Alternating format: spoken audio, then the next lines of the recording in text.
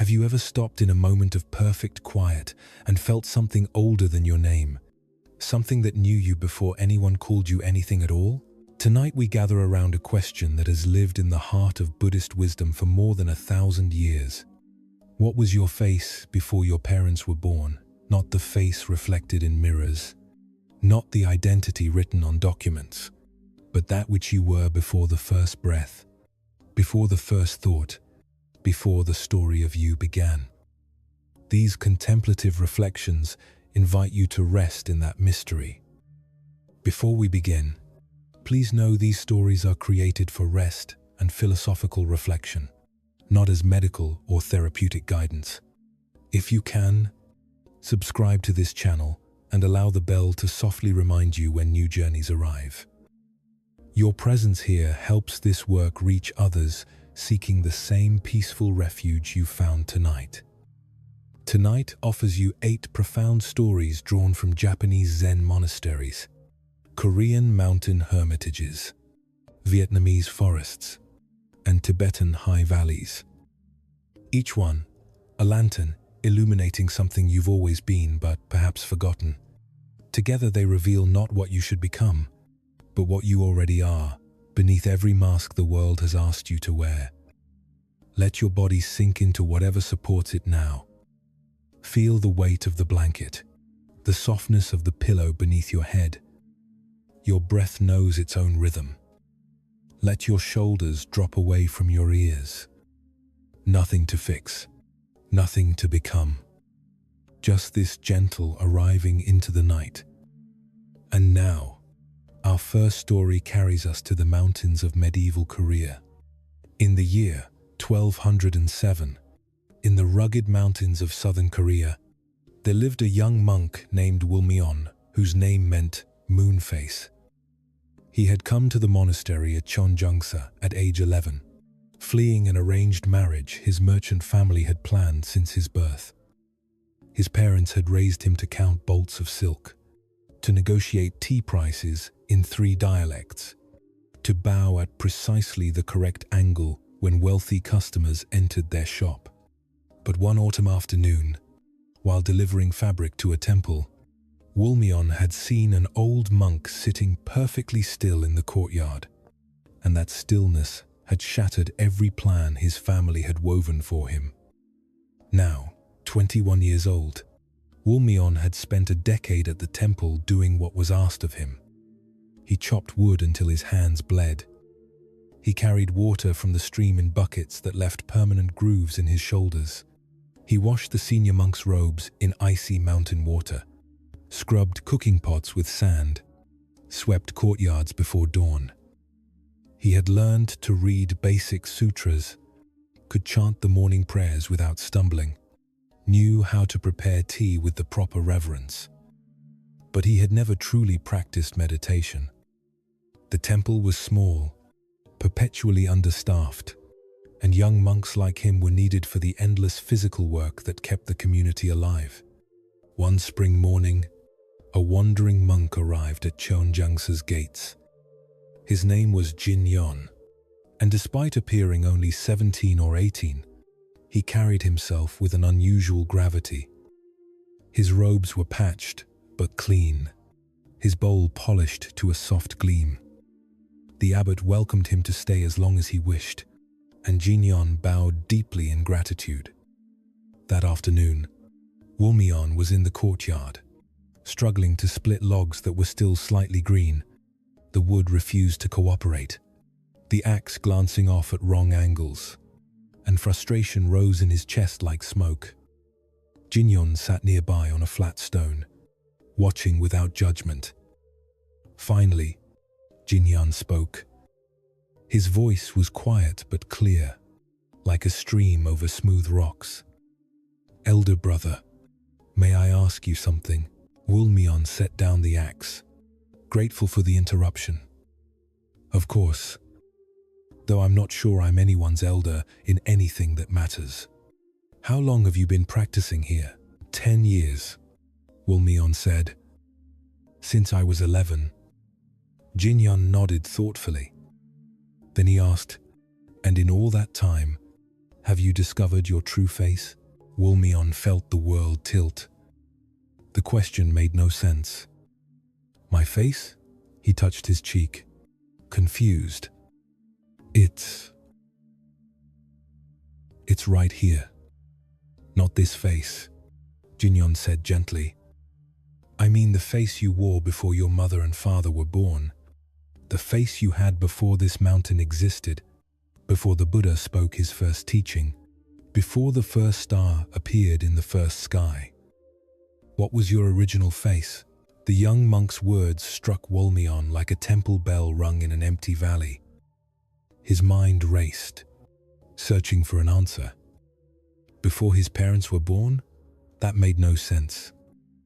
How could he have a face before his parents existed? He was their son, made of their bodies, carrying their features. His mother's wide-set eyes, his father's strong jaw. Everything he was had come from them. I don't understand, Wulmion said, and his voice came out smaller than he intended. Neither do I, Jinyon said, and there was no mockery in his tone, only a kind of companionable bewilderment. But this is my practice now. My teacher gave me this question 3 months ago, and I've been carrying it like a stone in my chest ever since. I thought perhaps, after 10 years in a monastery, you might have discovered the answer. But Wulmion had not. And suddenly those 10 years felt hollow, like beautiful pottery that turns out to be nothing but painted air. He had learned to work, to serve, to endure. But he had never once asked himself who was doing the working, the serving, the enduring. Who was he, really? Beneath the name Wulmion, beneath the role of junior monk, beneath the memories of a merchant's son who ran away, that night, lying on his thin mat in the monk's quarters, Wulmion could not sleep. The question circled in his mind like a hawk. What is my original face? Before my parents were born, what was I?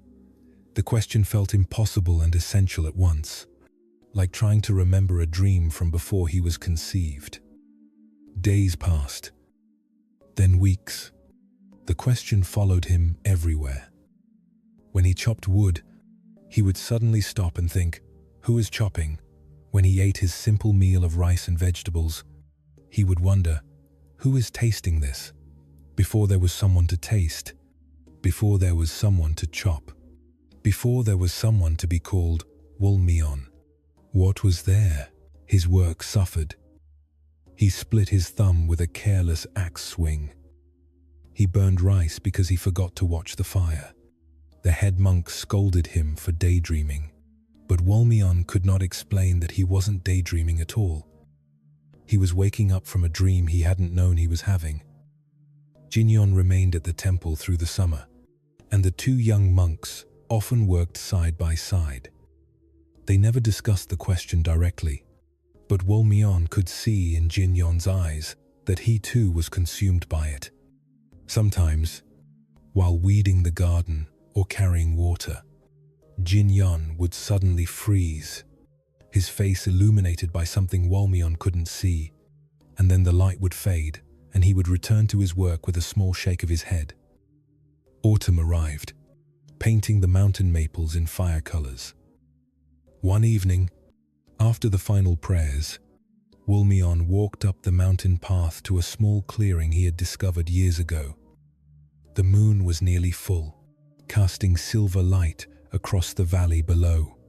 He sat on a fallen log and allowed the question to rise again. What is my face before my parents were born? He thought of his mother, her hands quick and capable as she measured silk. He thought of his father, serious and proud, teaching him to read account books. He thought of the child he had been, dutiful and unhappy, already sensing he belonged to something he could not name. And then he thought, before I was that child, what was I? The question opened like a trapdoor beneath rational thought. Because before he was that child, he was What? Not nothing. The universe had existed. The stars had turned. Somewhere, this mountain had pushed up through ancient earth. Somewhere, the Buddha had already taught about suffering and its end. Somewhere, his grandparents and great-grandparents had lived and died, carrying in their bodies the seeds that would eventually bloom into his parents and then into him. But if he traced it back far enough, back before his parents, before their parents, before the first human being, before the first living thing, before the first planet, before the first moment of existence itself, what was there? And more strangely, what was the awareness asking this question? Where did this very wondering come from? Wulmion sat with the mystery until the moon had crossed half the sky. He did not find an answer. But something shifted. The question, which had felt like a lock he needed to pick, began to feel more like a door he needed to stop trying to open. What if the question itself was the answer? What if this wondering, this awareness that could ask, "Who am I?" was the same awareness that had always been, would always be, regardless of what form it wore? When he returned to the temple in the hours before dawn, he found Jinyon sitting in the meditation hall, a single candle burning beside him. The young monk looked up, and in the candlelight, Wulmion saw tears on his cheeks. "Did you find it?" Wulmion whispered. Jinyon shook his head. Then he smiled.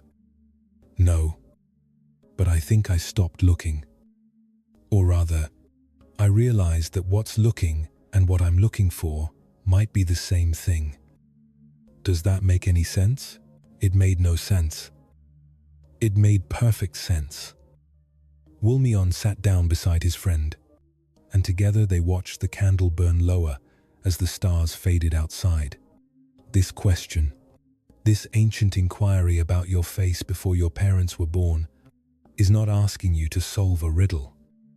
It's inviting you to feel the ground beneath every story you've ever told about yourself. Think of all the identities you carry. Your name, given to you by others. Your role in your family, assigned before you could speak. Your job, your reputation, your history of successes and failures. These are real, but are they you? Or are they more like clothing that this deeper self wears? Consider how much energy you spend protecting and polishing these identities. You scroll through social media, comparing your surface to others' surfaces. You replay conversations, worried about what someone thought of your performance. You plan your future self, trying to become someone worthy of approval, someone who has finally figured it out. But who is it that's trying to become worthy? Who existed before you decided you weren't enough? The question your original face points to something prior to all this effort. Before you learned to say, "I am anxious," or "I am successful," or "I am alone," there was awareness itself. Simple, wordless, complete. Not empty like a vacuum, but empty like the sky is empty, full of light and space for everything to move through. This isn't an intellectual game. This is an invitation to feel, right now, what it's like to exist without reference to your story. Just for a moment, let go of being the person with your particular history. Let go of being the person with your particular problems. Let go even of being the person trying to let go. What remains? Not nothing. Something vast and quiet. Something that has been watching through your eyes your whole life, but was never born and will never die. Something that was here before you were named, before you were conceived, before the world taught you who you should be. Notice how this feels in your body. This isn't about understanding with your mind. Your mind is a beautiful tool, but it can only work with concepts, with comparisons, with things that have edges and definitions. Your original face has no edges. It's like trying to find the border of the sky. Feel your breath moving in and out. Who is breathing? You might say, I am. But look more closely. Is breathing something you do, or something that happens? Your lungs fill and empty without your conscious control. The way your heart beats, the way your cells divide, the way your dreams arrive unbidden in the night. There's an intelligence operating here that's older than your thinking mind, deeper than your personality. And that intelligence, that awareness that animates your form, is your original face. It's what you were before you learned to be afraid. Before you learned to perform. Before you learned that you were supposed to be someone other than what you already are. Let your attention soften now, the way you might let your eyes unfocus when staring at a candle flame. Feel the weight of your body settling deeper into rest. Notice the temperature of the air on your skin. Allow the muscles around your eyes to release completely. There's nothing here you need to figure out. No test to pass. No insight to manufacture. Just this gentle awareness of being aware. This simple, mysterious fact that you exist, that something witnesses these words, that there is a knowing happening right now that requires no effort at all. Let your jaw unclench. Feel your tongue rest soft in your mouth. Your shoulders can drop another inch toward the earth. Each breath invites you deeper into not knowing, into the peaceful confusion of the question that has no answer, because the question and the answer are the same silence. And now another story arrives. This one from a different mountain, a different century. Another seeker searching for what was never lost. In a Vietnamese monastery nestled in the Red River Delta during the 13th century, there lived a nun named Dieu Nhan, whose name meant wonderful cause. She had entered the monastery at 17, not fleeing anything, but drawn towards something she could not name. Her family had been farmers, good people who worked the rice paddies from dawn until the cicadas sang their evening chorus. They had not understood her decision to shave her head and wear grey robes, but they had not stopped her either. Her mother had wept, then packed her daughter's few belongings in a cloth bundle, then wept again. Dieu Nhan was now 32, and for 15 years she had practiced with a devotion that impressed even the elder nuns. She rose before the temple bells, meditated until her legs went numb, studied the sutras until the characters blurred before her tired eyes. She had memorized entire texts on emptiness, on compassion, on the nature of mind. She could explain dependent origination in terms so clear that visiting scholars nodded with appreciation. But something nagged at her, a splinter of doubt she could not extract. She knew the teachings. She understood the philosophy. But did she know herself? One monsoon season, when the rains turned the world into a grey curtain of water, an old wandering teacher arrived at the monastery gates. Her name was Lien, and she was perhaps 70, perhaps 90, perhaps ageless. Her face was a map of wrinkles, each line telling a story of decades spent walking dusty roads and sitting in mountain caves. She carried nothing but a walking stick and a smile that seemed to contain both great sadness and great joy, as if she had discovered that the two were not different. The abbess welcomed teacher Lien with deep bows and offered her the best room in the monastery.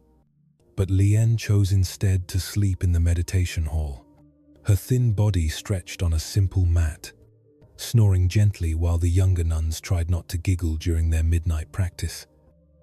One afternoon, when the rain had softened to a whisper, Dieu Nhan found teacher Lien sitting in the garden, watching water drip from lotus leaves. The old teacher gestured for her to sit. "You have questions," Lien said. It was not a question itself, but a simple observation. Dieu Nhan felt something unlock in her chest. Yes, many questions. but I'm not sure I know how to ask them. Try, Lian said, her eyes still on the lotus pond.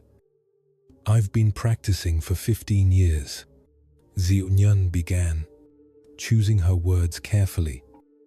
I've studied emptiness.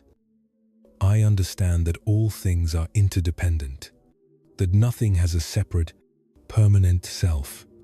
I can explain how a flower is made of non-flower elements, sunshine and rain and soil and the gardener's care. I understand that what we call I is just a temporary gathering of causes and conditions, like a wave in the ocean that rises and falls but was never separate from the water. You understand all this? Lin repeated, and still not looking at her. Yes, but... Diunyan paused, feeling the vulnerability of what she was about to admit. But I don't feel it. I know it with my mind, but I still wake up every morning feeling like a solid, separate self. I still get angry when someone criticizes me, still feel pride when I'm praised, still fear death as if there's something here that could be destroyed. If everything I've learned is true, why do I still feel so distinct, so alone? Now Lian turned to look at her, and the old teacher's eyes were infinitely kind. Tell me, young one, who is it that feels alone? Xiaoyan opened her mouth, then closed it. The answer seemed obvious at first. I feel alone. But the moment she tried to point to this I, it became slippery, like trying to grab water. I'm not sure, she said slowly. Good, Lian said. Not being sure is the first honest place. Now tell me another thing. Before your mother and father met, before they were even born themselves, before your ancestors walked this land, before the Buddha taught his first teaching, what were you? The question struck Diunyan like a physical blow. What was she before her parents were born? The question made no logical sense. She was their daughter. She existed because they had existed. Without them, she would not be. But Lian was waiting, patient as stone, and something in her stillness suggested that this impossible question had a real answer. I don't know how to think about that, Diunyan admitted. Before my parents existed, I wasn't here. I was nothing. Nothing? Lian raised one eyebrow. Look carefully at this nothing. Is it blank? Is it absent? Or is it more like the space in which everything appears? Diunyan closed her eyes. She tried to imagine the world before her birth. The rice paddies had still grown. The Red River had still flooded each spring. The monastery had stood on this spot for 200 years before she arrived. People had loved and suffered and died. Countless people, entire civilizations, stretching back beyond memory. And yet, there had been awareness. Not her awareness, exactly, but something had been aware of all of it. The trees had known sunlight. The birds had known sky. Her great-great-grandmother, whoever she was, had looked at the moon with eyes that worked exactly like Diunyan's eyes, had felt sadness and joy and wonder with a heart that beat exactly like Diunyan's heart. It's strange, Diunyan said slowly, opening her eyes. When I think about the world before I was born, it doesn't feel absent. It feels full. My parents were children once. My grandparents were young. The Buddha walked in India, and people heard him teach. All of that was happening, and in some way, something that would become me was already there. Just scattered. In the food my ancestors ate, in the air they breathed, in the earth that grew the rice that fed them. Lian nodded, her face lighting with recognition. Yes, and even before that, before humans, before life, what was here? The earth was here. The sun, the stars, and were they not aware in their own way? Does the sun not know its own burning? Does the earth not know its own turning? Diunyan had never thought of it this way. The teaching spoke of consciousness arising from conditions, from the meeting of sense organ and sense object and attention. But what if awareness was more fundamental than that? What if it was woven into the fabric of existence itself, expressing through countless forms, like water taking the shape of every vessel it fills? I think, Diunyan said carefully, you're suggesting that what I am isn't this particular person with this particular name and history. That those are just the current form, the present expression, but that something deeper has always been here, will always be here. Don't think it, Lian said gently. Feel it. Right now, in this moment, what is aware of your thoughts? Diunyan turned her attention inward. There were thoughts, yes, spinning and analyzing.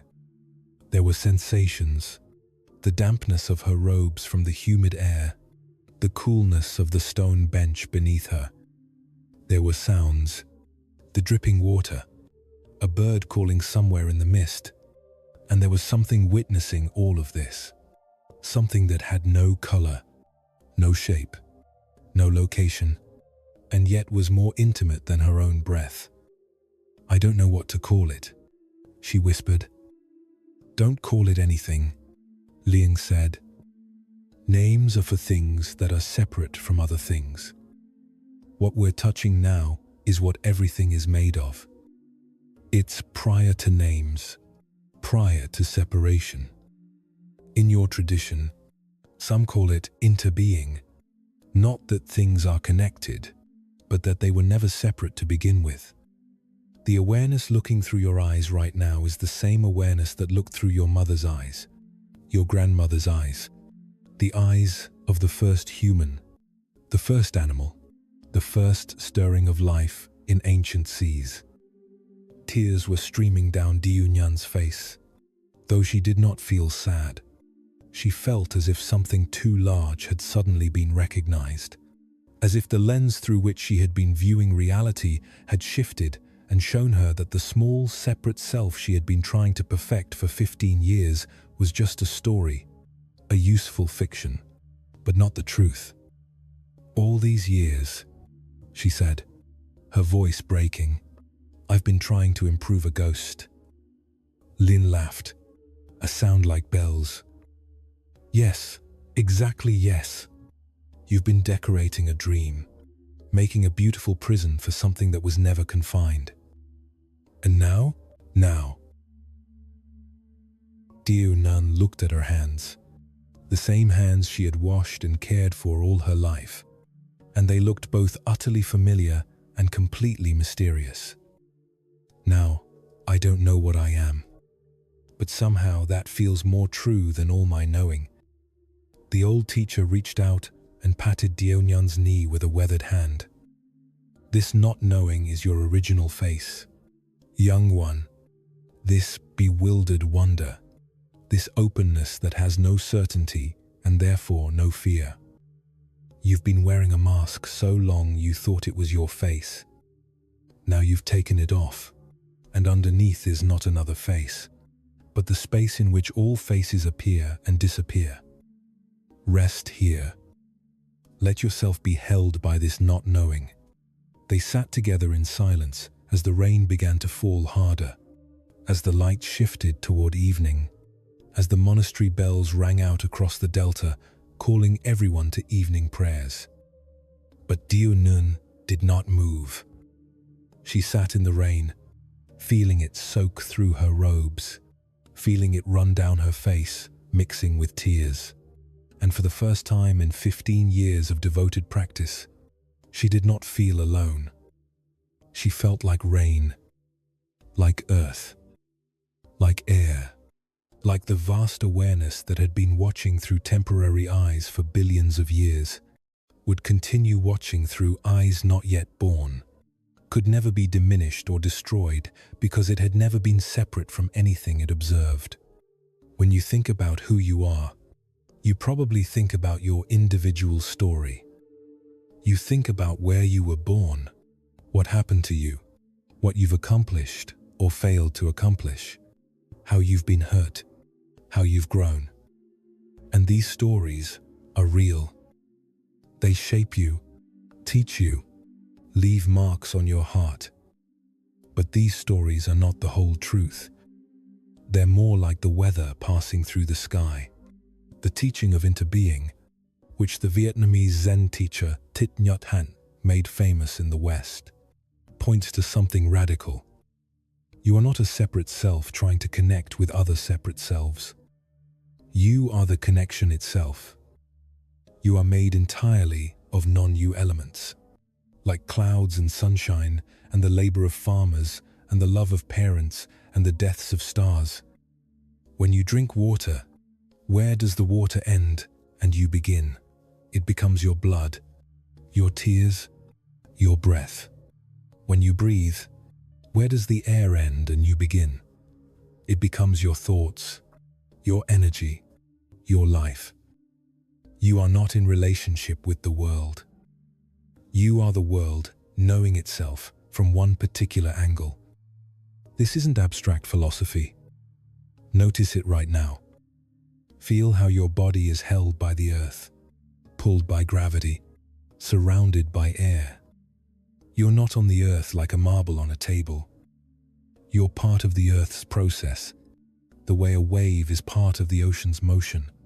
The calcium in your bones was forged in dying stars. The water in your cells has been cycling through the planet for billions of years. The very atoms that make up your body have been part of countless other beings, other forms, other expressions of this unfolding universe. Before you were born, where were you? Not nowhere. You were scattered through the cosmos, waiting to gather into this particular form. And after you die, where will you go? Not nowhere.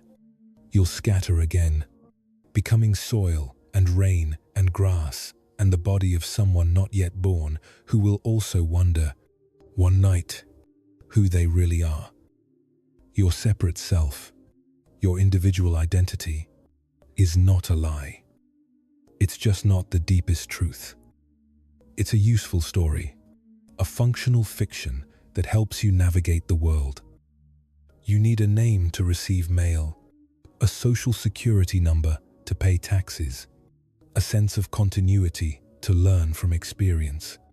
But mistaking this story for the whole truth is what creates suffering. When you believe you're separate, you're in competition with everything else.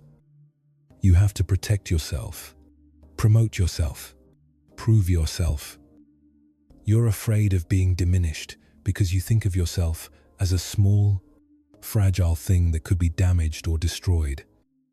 But when you recognize your true nature, your original face, you realize you can't be diminished. You're not a separate wave afraid of dissolving. You're the ocean itself, playing at being a wave. And the ocean doesn't fear the wave's dissolution because it knows itself as the water that takes infinite forms. This doesn't mean your personality disappears or that your preferences don't matter. You still enjoy what you enjoy, dislike what you dislike, have tasks to complete and people to love. But the desperation falls away. The urgent need to be someone special, someone permanent, someone who finally gets it right before they vanish. You can be yourself more fully because you're no longer clinging to yourself so tightly. Feel your breathing now, that ancient rhythm older than your name. Each inhale draws in air that has been part of everything, everyone. Each exhale releases you back into the shared atmosphere. You're not breathing alone. You're participating in an exchange that connects you to every breathing thing, every plant releasing oxygen, every wave of photosynthesis that has ever occurred. Let your body rest more heavily into its support. Notice how supported you are. The mattress holds you. The floor holds the mattress. The earth holds the floor. You're held by the entire planet, which is held by the sun's gravity, which moves through a galaxy, which floats in space that might itself be infinite. You're not a separate thing happening in the universe. You're one of the ways the universe happens. Nothing to understand. Just this gentle recognition, softer than thought. Feel how your edges blur. Where does your awareness end? It seems to include the room you're in, the sounds you hear, the memories that arise, the future you imagine. It's more spacious than any boundary you try to draw around it. Your original face is this spaciousness. This awareness that was never born from your parents, that existed before form, that watches everything come and go while remaining unchanged itself. And now we travel to Japan, to another seeker, another mountain, another moment of recognition. In the mountains of northern Japan during the early 14th century, there stood a small Zen temple called Koenji, the Temple of Rising Clouds. The temple was known for its severity. Monks rose at 3 in the morning when frost still glazed the wooden floors. They sat in meditation until their backs screamed and their knees felt like broken pottery. They ate in silence, slept on bare planks, owned nothing but their robes and bowls. Many young monks arrived full of romantic ideas about enlightenment and left within weeks, unable to bear the relentless austerity. But some stayed. One of these was a monk named Koshu, whose name meant vast universe, though he felt anything but vast. At 28, he had been at Koenji for 7 years, and those years had been a slow dismantling of everything he thought he knew. Before entering the monastery, Koshu had been a scholar, the third son of a provincial administrator. He had studied Chinese classics, mastered calligraphy, could compose poetry that made his tutors weep with admiration.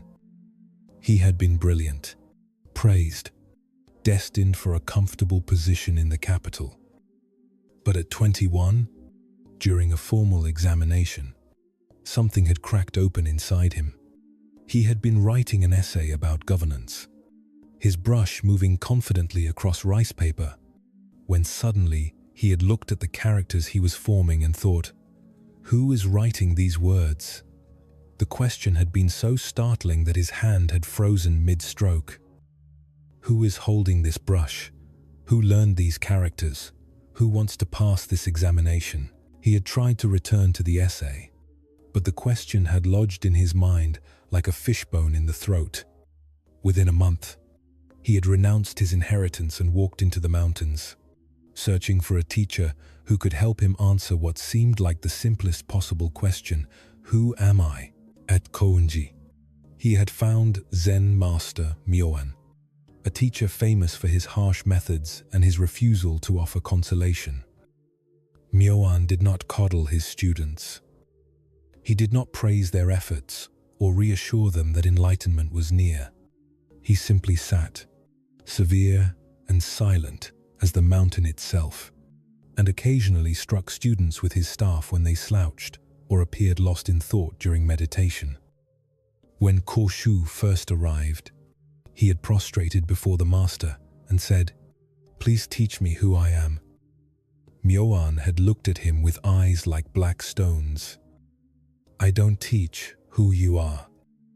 I teach you to drop who you think you are. If you can stay, stay. If you cannot, the gate is there." He pointed behind Koshu to the temple entrance.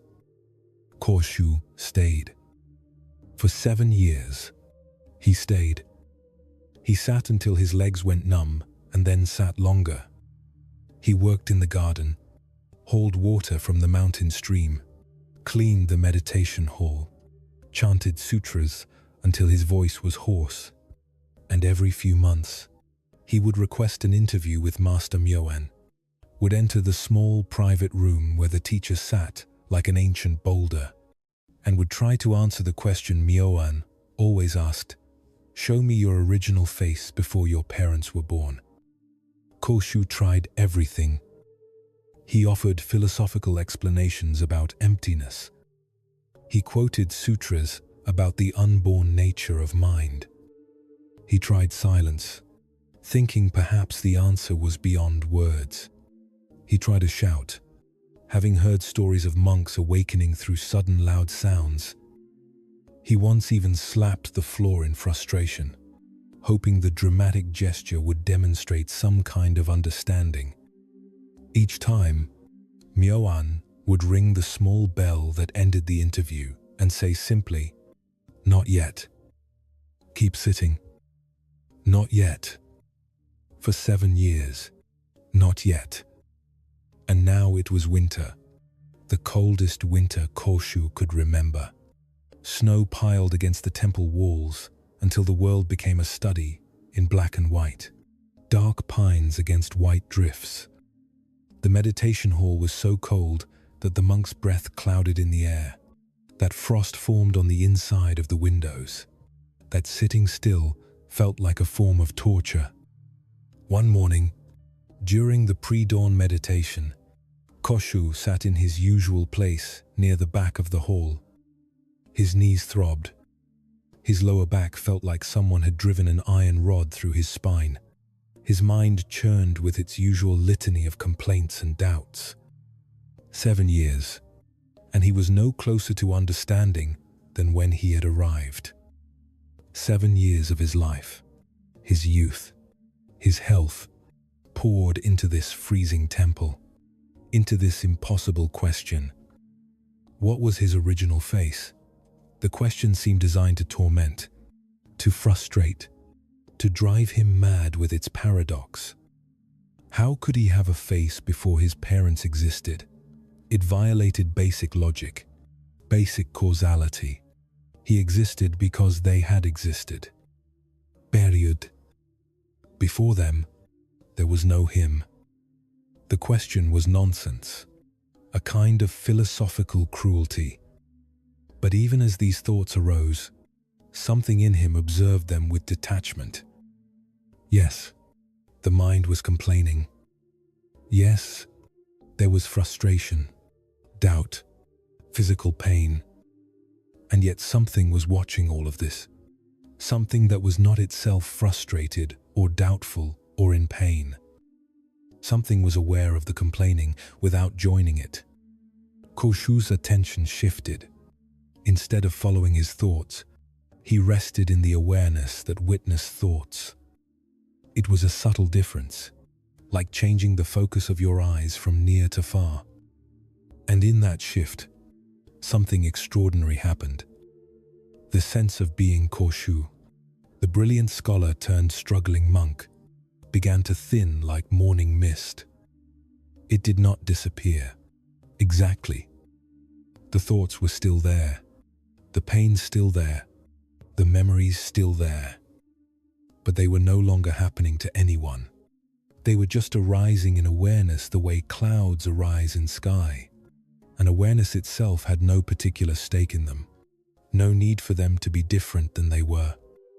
For just a moment, there was no one meditating.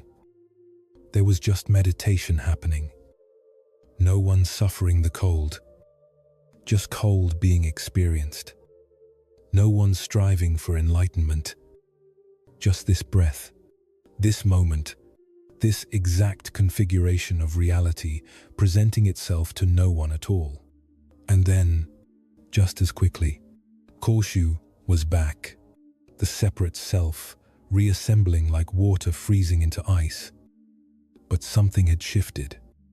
He had glimpsed something, tasted something, and even though he could not hold on to it, he knew now that it was real. The bell rang, ending the meditation period. The monk stood, bowed, and filed out silently. Korshu rose on shaking legs, his knees crackling like dead branches, and made his way to the master's room. He had not requested an interview, but his feet carried him there anyway. Master Myoan was drinking tea when Korshu entered. The old teacher looked up, his face unreadable, and gestured for Korshu to sit. "Well?" Myoan said. Korshu opened his mouth, intending to describe what had happened during meditation. But the words died before they could form. How could he describe it? The moment he tried to make it into something he had experienced, it became false, became about him again, became a story rather than the truth. Instead, he simply sat there, breathing, present, not trying to be anything or prove anything. Myoan watched him for a long moment. Then the corner of the old master's mouth twitched. Might have been the beginning of a smile. "Your face is showing," he said quietly. Korshu felt tears spring to his eyes, though he did not understand why he was crying. Relief, perhaps, or recognition, or the sheer exhaustion of 7 years of struggle suddenly releasing. "But I can't hold on to it," Korshu said, his voice cracking. "It comes and goes. Sometimes I see it, and then it disappears, and I'm just me again. Just this confused person who can't figure anything out." "Of course it comes and goes," Myoan said, refilling his teacup with careful precision. "Your separate self comes and goes. It arises in the morning when you wake, strengthens through the day as you confirm it through habit, weakens in deep sleep. But what does not come and go, what is present, whether the self is strong or weak, present or absent," Korshu felt it again, that subtle shift of attention. There was awareness itself, unchanging, like the screen on which a movie plays. The movie changes, the images come and go, but the screen remains constant. "This awareness," Korshu said slowly, "it doesn't come and go." "And was it born when your parents conceived you?" The question landed differently now. Korshu looked back at his earliest memory, standing in his family's garden, watching cherry blossoms fall like pink snow. He had been perhaps 3 years old. But even then, there had been awareness. Even then, something had been watching through his child eyes, something that felt exactly the same as the awareness present now. 25 years later, and before that memory, before he could speak, before he could walk, when he was still growing in his mother's womb, had awareness been absent, or had it been there too, wordless and formless, experiencing the dark warmth, the muffled sounds, the floating sensation? And before that, before his parents had conceived him, before they had met, before they were born, before their parents were born, the awareness present right now, this witnessing presence, had it not always been here in some form, not as Korshu, certainly, but as the universe observing itself, experiencing itself, knowing itself through countless temporary forms? It's like... Korshu struggled for words. "It's like I am not Korshu who has awareness.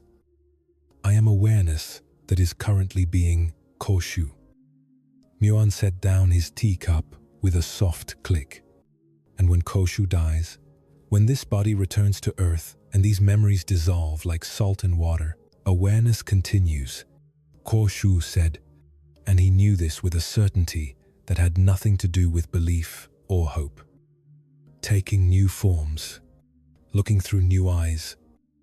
The way the ocean continues even when one wave dissolves." "Then what have you been protecting all these years?" Myoan asked, his voice gentler than Korshu had ever heard it. "What have you been so afraid of losing?" Korshu laughed then, a surprised bark of laughter that echoed in the small room. He had been protecting a ghost, defending a story, terrified of losing something that had never existed in the first place. His separate self, his identity as Ko Shu, was just a pattern of thoughts and memories, useful but not ultimate, real but not true.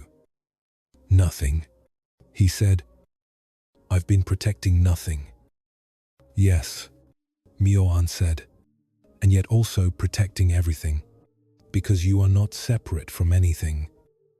The face you wore before your parents were born is the face you wear right now when you stop wearing any face at all.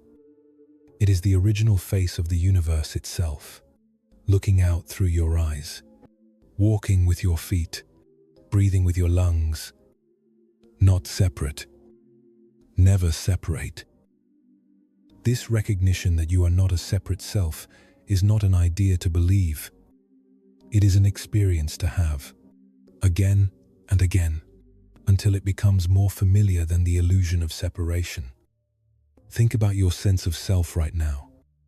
Where is it located?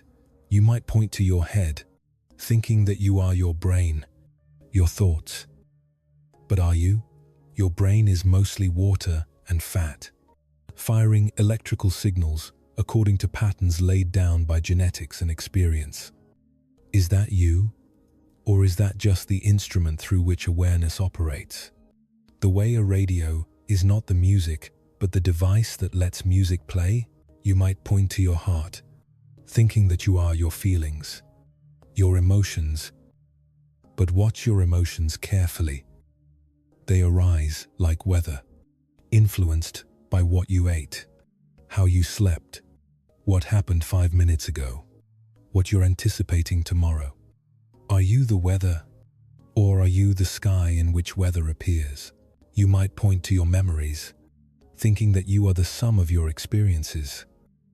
But memories are notoriously unreliable, constantly being revised and reconstructed. Scientists have shown that each time you remember something, you slightly change the memory. You are essentially a different person than the one who had the original experience. The child you were at 5 is gone. The teenager you were is gone. The person you were last year is gone.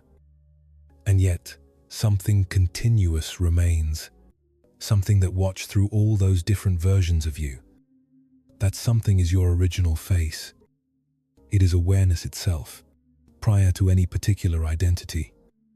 When you were 5 years old, playing in a sandbox or learning to read, awareness was present.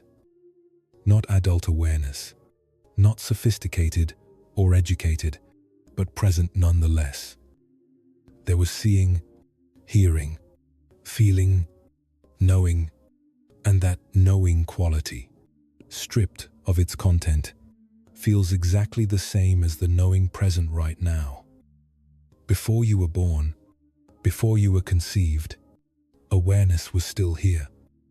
Not your personal awareness, but the awareness of the universe. Your mother was aware. Your father was aware. The birds were aware. The trees were aware in their way. Consciousness was moving through countless forms, and the form that would eventually be called you was simply one more expression of this universal awakening to itself. This is not reincarnation in the traditional sense, not a soul jumping from body to body. This is something more fundamental. It is the recognition that awareness is not produced by your brain but experienced through your brain. The way sunlight is not produced by a window but experienced through a window. When your body dies, the window breaks, but the light continues. This can sound frightening if you think of yourself as the window. But if you recognize yourself as the light, death becomes simply a changing of forms. The way the ocean continues, even as waves constantly rise and fall. Let your body rest even more completely now. Feel how your spine settles into alignment without effort. Notice the rise and fall of your chest, that ancient tide that connects you to every breathing thing. Your hands can rest wherever they have fallen, No need to arrange them or fix them. You are not trying to become someone who understands. You are allowing yourself to remember what you already are beneath every layer of becoming. Beneath every story, every role, every mask you've worn. Just this awareness, watching everything, attached to nothing, never born and never dying, spacious as the sky between stars. Let thoughts come and go like clouds. Let sensations rise and fall like waves. You are the unchanging background, the stage on which everything appears, the silence in which every sound is held. And now another story arrives from the high mountains of Tibet, where the air is thin and the truth cuts like crystal. In the mountains of eastern Tibet during the late 15th century, in a region where peaks scraped the belly of heaven and yaks grazed on slopes so steep they seemed to defy gravity, there lived a young woman named Pema Chodron. Her name meant Lotus Dharma Lamp, given to her when she took ordination at age 19. Before that, she had been simply Dawa, daughter of a barley farmer, one of 7 children who worked their family's terraced fields and tended their small herd of yaks in a valley so remote that traders came only twice a year. Pema had not sought the religious life. It had found her in a way that still bewildered her family. When she was 16, a wandering Gakpa, a tantric practitioner with wild grey hair and eyes that seemed to see through stone, had passed through their valley. He had stayed one night in their home, as was the custom, and over a simple meal of sampa and butter tea, he had looked at young Dawa and said, "You have the marks." "What marks?" her father had asked, instantly protective. "The marks of one who remembers," the Ngakpa had said. "Not past lives. Exactly. Something older. She remembers what she was before there were lives to have." The words had sent a shiver through Dawa's body because they rang true in a way she could not explain. She had always felt slightly out of phase with ordinary life, as if she were performing a role in a play whose plot everyone else understood while she merely recited her lines. When she pounded barley, or milked the yaks, or wove wool, part of her watched from a distance, curious about this person called Dawa, wondering who was really doing these actions. The Ngakpa had told her about Tashilumpo, a monastery 3 weeks' journey to the south, where a great teacher named Gendun Gyatso resided. He teaches Rigpa, the Ngakpa had said. The natural state, the awareness that was never born. If you want to understand what you are, go to him. It had taken Pema 3 years to convince her parents. They needed her labor, needed her eventual marriage to secure alliances with neighboring families, needed her to be normal. But Pema had been patient and persistent. And finally her mother, who had her own mystical inclinations, though she kept them hidden, had whispered to her husband in the darkness of their sleeping quarters, and they had relented. Now Pema was 24, and she had been studying with Gendun Gyatso for 5 years. The great teacher was in his 40s then, at the height of his powers, and his monastery attracted hundreds of monks and a smaller number of nuns who came to receive his pointing out instructions. These were direct introductions to the nature of mind, moments when a qualified teacher could show a student their own true face, their Rigpa, the primordial awareness that had always been present but went unrecognized. Pema had received the pointing out instruction 3 times now, and each time she had glimpsed something extraordinary, a luminous emptiness, a knowing that knew itself, a vast spaciousness that contained everything yet was disturbed by nothing. But each time, the recognition had faded like morning dew, and she had returned to her ordinary mind, her ordinary sense of being a separate person, struggling to understand profound teachings. It frustrated her. She had seen other students receive the pointing out instruction and seem to stabilize in recognition immediately, their faces transforming with a peace that never left them. Meanwhile, Pema kept losing it. She would see it clearly during meditation or during the teaching, and then she would go to eat her meal and become completely absorbed in whether there was enough butter for her tsampa, and the recognition would be gone, replaced by ordinary grasping and preference. One winter morning, when the monastery was buried under fresh snow and the morning rituals sent plumes of incense smoke into the crystalline air, Pema was walking the circumambulation path around the main temple. She often walked here before dawn, turning the prayer wheels mechanically while her mind churned with questions. The sun had not yet risen, but the snow reflected starlight, creating a ghostly luminescence. As she walked, she was thinking about the teaching Gendun Gyatso had given the previous day. He had said, "Your Buddha nature is not something you need to create or achieve. It has been present from the very beginning, before the beginning, primordially pure and spontaneously present. The issue is not becoming enlightened, but recognizing that you already are the Buddha nature, that you have never been anything else." The words made sense intellectually, but Pema could not feel their truth.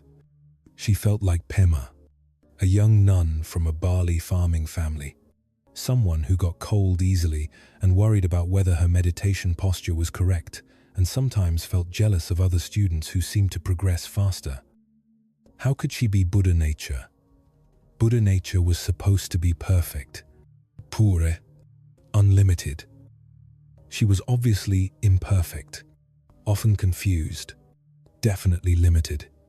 As she walked, turning a large copper prayer wheel with her right hand, she noticed a small bird huddled against the base of the wheel, seeking shelter from the cold.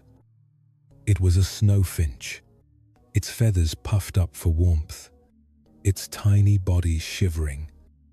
Pema stopped and knelt down, looking at the bird with concern. "You're freezing," she whispered to it. "Why don't you fly to somewhere warmer?" The bird looked at her with one black eye, and something about that look went through Pema like lightning. The bird was not worrying about enlightenment. It was not trying to recognize its Buddha nature. It was simply being a bird, completely and totally, shivering because that is what bird bodies do in cold, seeking shelter because that is what living things do when threatened, looking at her because that is what eyes do when something large approaches. And yet, in that simple being, there was perfection. The bird was not failing at being a Buddha. It was not struggling to remember what it was before it was born. It was simply expressing the universe's awareness through the form of a small frozen bird, doing exactly what it needed to do in exactly the way it needed to do it. Pema sat down in the snow, not caring that the cold soaked immediately through her robes. A question arose in her mind, not from thinking, but from somewhere deeper. What if being Pema, with all her confusion and struggling, was also a perfect expression? What if she was not a broken being who needed to find her true nature, but her true nature choosing to experience itself as a temporarily confused being? The thought was disorienting, like suddenly realizing that what you thought was a wall was actually a door that had been open all along. She remembered something Gendun Gyatso had said weeks earlier, before your parents were born, before their parents were born, before the first human being, before the first living thing, before the earth formed, before the universe exploded into existence. What were you? Not what will you become, not what might you realize, but what were you already, primordially, in that vast emptiness before form? At the time, the question had seemed impossibly abstract. But sitting in the snow, watching the bird, Pema suddenly felt the answer in her bones. Before everything, there was awareness. Not awareness of something, because there was nothing yet to be aware of. just awareness itself, luminous and empty, like space that knows it is space. And when the universe erupted into being, that awareness did not suddenly appear. It expressed itself through form, through stars burning and planets cooling, and eventually life emerging, and eventually consciousness complexifying, until humans could sit and ask questions about their own nature. The awareness had always been there. It was the ground of everything, the canvas on which reality painted itself. Pema was not separate from this awareness. She was one of the ways it was currently experiencing itself. Just as the bird was another way, just as the snow was another way, just as the copper prayer wheel and the distant mountains and the stars fading in the lightening sky were all ways that primordial awareness was knowing itself. Before her parents were born, this awareness had been here, looking through different eyes, experiencing through different forms. Her great-grandmother, whom she had never met, had looked at snow and felt cold and wondered about the nature of existence. Was that a different awareness? Or the same awareness wearing a different face? Pema stood up slowly, her legs stiff from sitting in the cold. The bird had stopped shivering and was watching her with what seemed like calm interest. She bowed to it, why not, and continued walking the circumambulation path. But something fundamental had shifted. She was not Pema trying to find her true nature. She was true nature playing at being Pema, and the confusion, the struggle, the forgetting and remembering, all of it was part of the game, part of the perfect display. There was nothing wrong with her. There had never been anything wrong with her. She was exactly what she needed to be in order to have the experiences she was having. Later that morning, during the group meditation session, Gendun Gyatso walked among the rows of practitioners, occasionally adjusting someone's posture or touching someone's shoulder in silent blessing. When he came to Pema, he stopped. She opened her eyes and looked up at him. The great teacher looked at her for a long moment, then smiled. It was the first time she had seen him smile at her directly. He said simply, "You found the door." "I don't know what I found," Pema admitted. "I just stopped looking." "Yes," Gendun Gyatso said. "That is finding. The original face shows itself when you stop trying to look for it, because the looker and the looked for are the same. Tell me, before your parents conceived you, where were you?" The question would have paralyzed her a day ago. Now, Pema simply sat with it, not trying to produce a clever answer or demonstrate understanding. And from that openness, words arose naturally. "I was in the barley growing in the fields that fed them," she said slowly. "I was in the water they drank from the mountain streams. I was in the sunlight that warmed their bodies. I was in their parents and their parents' parents, scattered through the generations.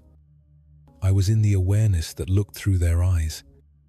I was nowhere and everywhere, not yet gathered into this particular form, but never absent." Gendun Gyatso nodded. "And when this form dissolves, when the body that is called Pema returns to earth and the memories fade and the personality scatters like seeds on the wind, where will you be?" "In the barley, growing in the fields," Pema said, feeling tears on her cheeks, though she was not sad. "In the water flowing down from the mountains. In the children not yet born who will look at snow and wonder who they are. I will be exactly where I have always been, everywhere and nowhere. This awareness that never dies because it was never born." The teacher placed his hand gently on the top of her head, a gesture of blessing and confirmation. "This is Rigpa," he said quietly, speaking not just to her, but to all the practitioners who were listening. "This is the recognition of your true face. Not the face in the mirror, but the face of awareness itself, which has no features and yet wears all features, which has no birth and yet births everything, which has no death and yet allows all things to die. He paused, and when he spoke again, his voice carried a fierce tenderness. You are not Pema, who is trying to recognize Rigpa. You are Rigpa that is temporarily enjoying the experience of being Pema, of forgetting and remembering, of struggling and awakening. And when you die, Rigpa will continue, trying on new forms, forgetting and remembering through new eyes.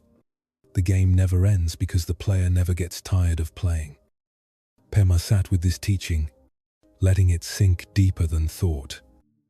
She could feel her ordinary mind wanting to grasp it, to turn it into something she understood and could explain to others. But beneath that grasping, there was a deeper relaxation, a letting go of the need to understand anything at all. She was not a problem to be solved. She was a mystery celebrating itself. That afternoon, after the meditation session ended, Pema returned to the circumambulation path. The snowfinch was gone, presumably finding somewhere warmer to shelter. But Pema walked the path anyway, turning the prayer wheels, watching the sun paint the distant peaks in shades of gold and rose. She thought about her parents in their remote valley, working their fields, living their simple lives without any interest in Rigpa or enlightenment or the nature of mind. Were they less awakened than she was? Or were they simply awareness expressing itself as humble farmers, content to be what they were without question? The teaching said that Buddha nature was primordially pure, present in everything. That meant it was present in her father's calloused hands and her mother's quiet songs while cooking, present in her siblings who had thought her strange for wanting to leave home, present in the yaks and the barley and the mountain streams. Nothing was outside of Rigpa. Nothing had ever been separate from this original awareness.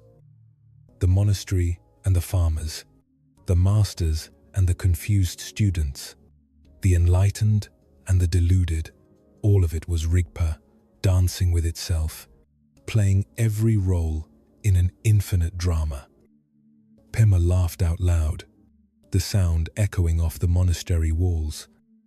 A few passing monks looked at her with curiosity, but she did not care. She had spent 5 years trying to become something she had always been.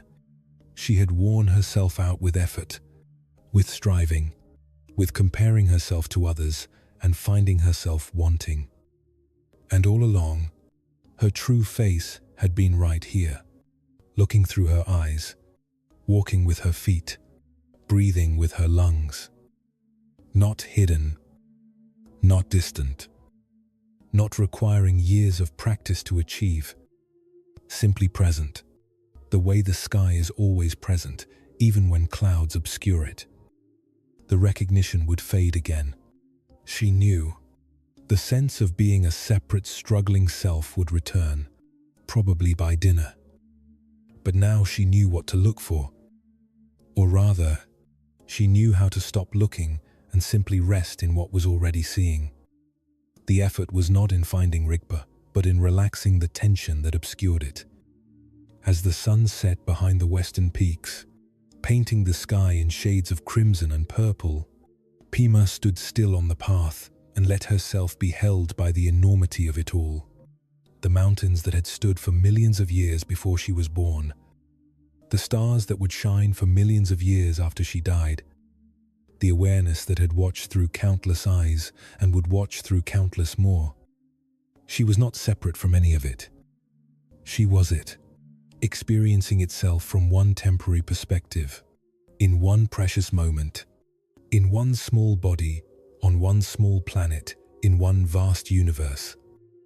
And that was enough. More than enough.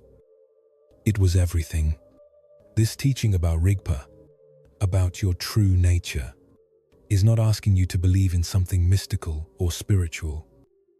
It is asking you to notice what is most obvious, most immediate, most undeniable about your experience right now. You are aware. This is not a belief. This is not faith. This is direct, immediate knowing. Something is reading these words. Something is hearing whatever sounds surround you. Something knows that thinking is happening, that breathing is happening, that existing is happening. What is that something? Your mind immediately wants to say me or I or your name. But look more carefully. That me is a thought, an idea, a story you tell about yourself. The awareness that notices the thought is prior to the thought. It is what allows the thought to be known. This awareness has no qualities of its own. It is not happy or sad, not confused or clear, not young or old. Those are all experiences that arise within awareness. Awareness itself is like space. It contains everything, but is not marked by anything it contains. Before you were born, this awareness was here. Not your personal awareness with your particular memories and preferences, but awareness itself, the fundamental knowing quality of reality. When you try to imagine the world before your birth, you imagine darkness or nothingness. But that is not accurate. The world was blazing with light and color. Birds were singing. Water was flowing. Your parents were young, looking at sunsets, feeling emotions, thinking thoughts. And all of that was being known. Awareness was present, witnessing through whatever eyes were open, feeling through whatever bodies existed. The same awareness that is witnessing right now through your eyes. What changes is the form awareness takes. Now it is experiencing itself as you, reading these words, lying in the darkness, breathing this breath. Before you were born, it was experiencing itself as your mother, your father, your ancestors, the animals, the plants, the earth itself. When you die, when this particular form dissolves, awareness will not die. It cannot die because it was never born. It will simply release this particular expression and take up new ones. The way an actor removes one costume and puts on another. This is not reincarnation in the sense of a soul jumping from body to body. This is something more fundamental and less personal. It is the recognition that consciousness is the ground of reality, that awareness is what everything is made of, and that what you are most essentially is not the temporary form, but the eternal formless awareness expressing through temporary forms. Does this make your life meaningless? No. It makes it infinitely precious. You are awareness getting to experience itself as exactly you, with your particular joys and sorrows, your particular way of seeing light and hearing music and tasting food. This will never happen again in exactly this way. You are utterly unique and utterly universal at once. The Tibetan teachings speak of primordial purity. This means your true nature has never been stained, never been damaged, never been improved or diminished by anything you have done or failed to do. Like space that remains clean no matter what moves through it, your essential nature remains pure regardless of what thoughts or emotions or experiences pass through your awareness. You do not need to become pure. You need to recognize the purity you already are. You do not need to become enlightened. You need to recognize the enlightenment that has been present all along. You do not need to find your true face. You need to recognize that the one looking for the true face is the true face looking for itself. Feel the rise and fall of your breathing, that gentle rhythm that has carried you through every moment of this life. Each breath is both old and new. Ancient oxygen cycled through forests and oceans, fresh in your lungs for this singular moment before you release it back to the world. Your body knows how to breathe without your instruction. Your heart knows how to beat. Your cells know how to divide and repair. An intelligence vaster than your thinking mind operates every function that keeps you alive. That intelligence is not separate from you. That intelligence is what you are beneath the layer of personality and story. Let your face soften completely. Let your eyes rest gently closed, making no effort to see anything. Let your tongue rest soft against the roof of your mouth. Your jaw can unclench. Your throat can soften. Nothing to speak, nothing to defend, nothing to explain. You are not Pema in the snow, or Koshu in the meditation hall, or any particular person in any particular place. You are the awareness in which all stories arise and dissolve, the spaciousness in which every life unfolds, the unchanging background against which all change appears. Rest as this, not understanding it, not grasping it, but simply being it, which you already are and have always been. Now another journey begins, this one from ancient China, where a question shatters a life and reveals what was always true. In the province of Hunan during the late Tang dynasty, in a time when monasteries dotted the mountainsides like jewels on green silk, and the teachings of Chan Buddhism had spread through China like wildfire through dry grass, there lived a young scholar named Liu Chen. His name meant willow morning, given to him by his father, who had conceived him after meditating beneath a willow tree at dawn. Or so the family story went. Liu Chen was 26 years old, the only son of a successful merchant who traded tea along the rivers that connected the great cities. His father had expected him to take over the business, to continue the family's prosperity, to marry well and produce grandsons who would carry the Liu name into future generations. Instead, Liu Chen had become obsessed with poetry, with philosophy, with questions that had no practical answers and generated no income whatsoever. He spent his days in his father's library, reading everything he could find. Confucian classics about proper conduct and social harmony, Taoist texts about Wu Wei and the mysterious way, Buddhist sutras translated from Sanskrit into elegant Chinese. He could quote Laozi and Zhuangzi, could debate the finer points of Mencius versus Xunzi, could write poems that captured the exact feeling of moonlight on water or the first plum blossom breaking through late snow. But for all his learning, Liu Chen felt hollow. The words were beautiful, the ideas compelling, but they remained external to him, like admiring paintings of food while slowly starving. He knew what the text said about the nature of reality, but he did not know reality itself. He knew what the masters taught about the true self, but he did not know his own true self. His father, growing impatient with his son's impractical pursuits, finally issued an ultimatum. "You have 1 year," he said over dinner one autumn evening, his voice hard with disappointment. "Either take your position in the business, or leave this house and make your own way. I will not support a man who lives in books while the real world passes him by."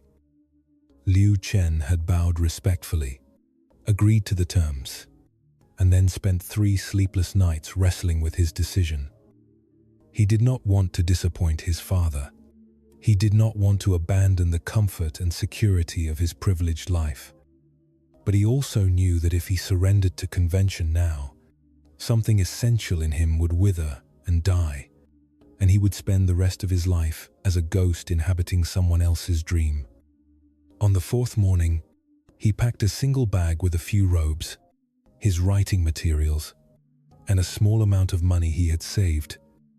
He wrote a letter to his father, expressing gratitude and apology in equal measure, and then he walked out of the merchant's house and headed south into the mountains, toward a monastery he had heard about, where a Chan master named Yunmen taught with methods so direct and fierce that students either awakened quickly or fled in confusion. The journey took 12 days on foot. Liu Chen walked through valleys where terraced rice paddies climbed the hillsides like green staircases. He crossed rivers on swaying bamboo bridges. He spent nights in small wayside inns where farmers eyed his scholar's robes with suspicion and innkeepers charged him double because they could. By the time he reached Yunmen's monastery, his feet were blistered, his robes were stained with road dust, and his certainty about this decision had worn thin as paper. The monastery sat on a cliff overlooking a gorge where a river thundered far below. It was smaller than Liu Chen had expected, just a collection of wooden buildings arranged around a central courtyard, with perhaps 30 monks in residence. When he approached the gate and asked to see Master Yunmen, he was told the master was in retreat and would not see visitors for another month. Liu Chen decided to wait. He found work in a nearby village, helping an elderly couple with their vegetable garden in exchange for meals and a place to sleep in their barn. Every few days he would walk to the monastery to ask if the master had emerged from retreat. Every time, the answer was the same: not yet. Come back later. Finally, after 6 weeks, the word came that Master Yunmen had ended his retreat and would receive new students. Liu Chen presented himself at the gate the next morning, his heart pounding with a mixture of hope and dread. Master Yunmen was in his 50s, a compact man with a face like weathered stone and eyes that seemed to see straight through pretense into whatever truth lay beneath. He sat on a simple cushion in the interview room, drinking tea with the concentrated attention some men brought to prayer. Liu Chen prostrated 3 times, as was customary, then knelt before the master and waited to be acknowledged. Yunmen looked at him for a long moment without speaking. Then he said, "Why are you here?" The question seemed simple, but Liu Chen felt its weight. He had prepared an eloquent speech about seeking enlightenment, about wanting to understand his true nature, about dedicating his life to the Dharma. But under the master's unwavering gaze, those rehearsed words felt false, like trying to sell jewelry to a man who sees only stones. "I don't know what I am," Liu Chen said, finally, his voice barely above a whisper. "I have read all the texts. I understand the philosophy, but I don't know myself. I feel like I'm living someone else's life, following someone else's script. I want to know what is real." Yunmen nodded slowly. "Good. Honest. Most people come with certainty, which is just ignorance wearing a costume. You come with uncertainty, which is the first taste of wisdom." He poured a second cup of tea and handed it to Liu Chen. "Tell me, scholar who reads all the texts, what was your original face before your parents were born?" The question struck Liu Chen like a fist to the solar plexus. It was the famous koan, the one he had read about in his father's library, the question that had confounded students for generations. He had read various explanations, had encountered philosophical interpretations and poetic responses. But sitting here, being asked directly, he realized he had no idea how to answer. I have read that it points to our Buddha nature," Liu Chen said carefully. "The unborn, undying awareness that existed before this particular life and will continue after." "I didn't ask what you read," Yunmen interrupted, his voice sharp as a blade. "I asked what your face was before your parents were born. Show me. Right now." Liu Chen's mind raced, searching for an answer, a response, anything that might satisfy this fierce teacher. But every thought he grasped at dissolved before he could voice it. He opened his mouth, closed it, felt sweat breaking out on his forehead despite the cool mountain air. "I don't know," he finally admitted. his voice breaking with frustration. "Correct." Yunmen's voice cracked like a whip. "You don't know. Nobody knows with the thinking mind. The thinking mind was born with this body and will die with this body. It cannot answer this question because the answer exists before thinking, before knowing, before the first separation between subject and object." He leaned forward, his eyes boring into Liu Chen's. "You want to know what you are? Stop trying to think about it. Stop trying to understand it. Stop trying to make it into something your clever scholar's mind can grasp and categorize and file away with all your other knowledge. Instead, turn the question around. Not, what is my original face? But who is asking the question? Who wants to know?" Liu Chen felt something shift inside him, like a door he had been pushing suddenly swinging open in the opposite direction. Who was asking? The thought asking the question could not be what he was seeking, because thoughts came and went. So what was prior to thought? What was it that witnessed thoughts arising and falling? "Take this question," Yunmen said, standing up to signal the interview was over. "Live with it. Eat with it. Sleep with it.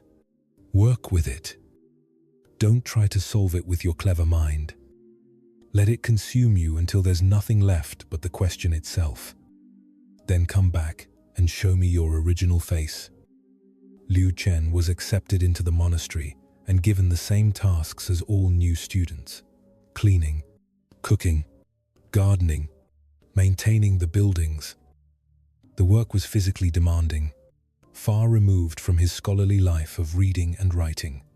His hands, soft from holding brushes and turning pages, soon blistered and calloused. His back ached from hauling water and chopping wood.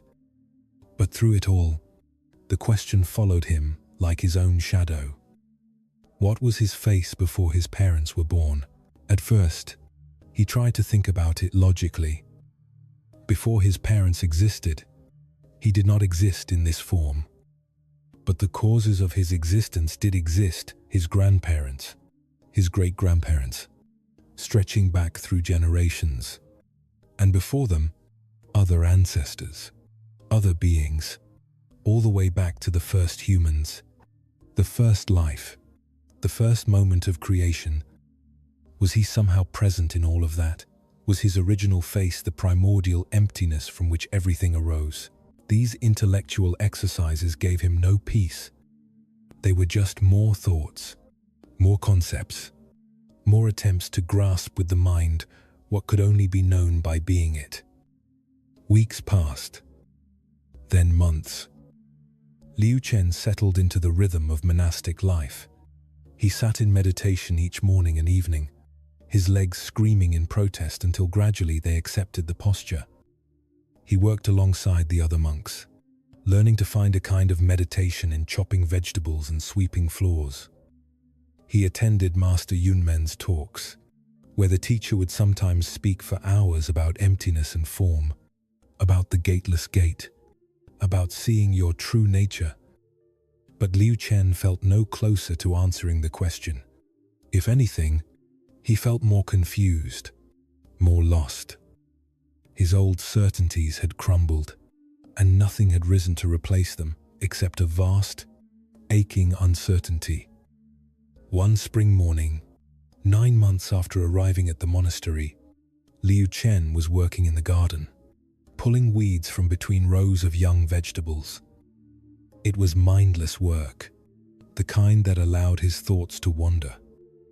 He was thinking about his father, wondering if the old man ever thought about his wayward son, wondering if he had been foolish to leave a comfortable life for this hard, uncertain path. As he pulled at a particularly stubborn weed, it suddenly came free, sending him sprawling backwards onto the dirt path. The shock of the fall, the surprise of it, created a gap in his thinking. And in that gap, something extraordinary happened. For just a moment, there was no Liu Chen, no scholar, No monk, nor son, no seeker. There was just this, the feeling of the earth against his back, the smell of fresh soil, the blue sky overhead, the sound of birds calling in the distance.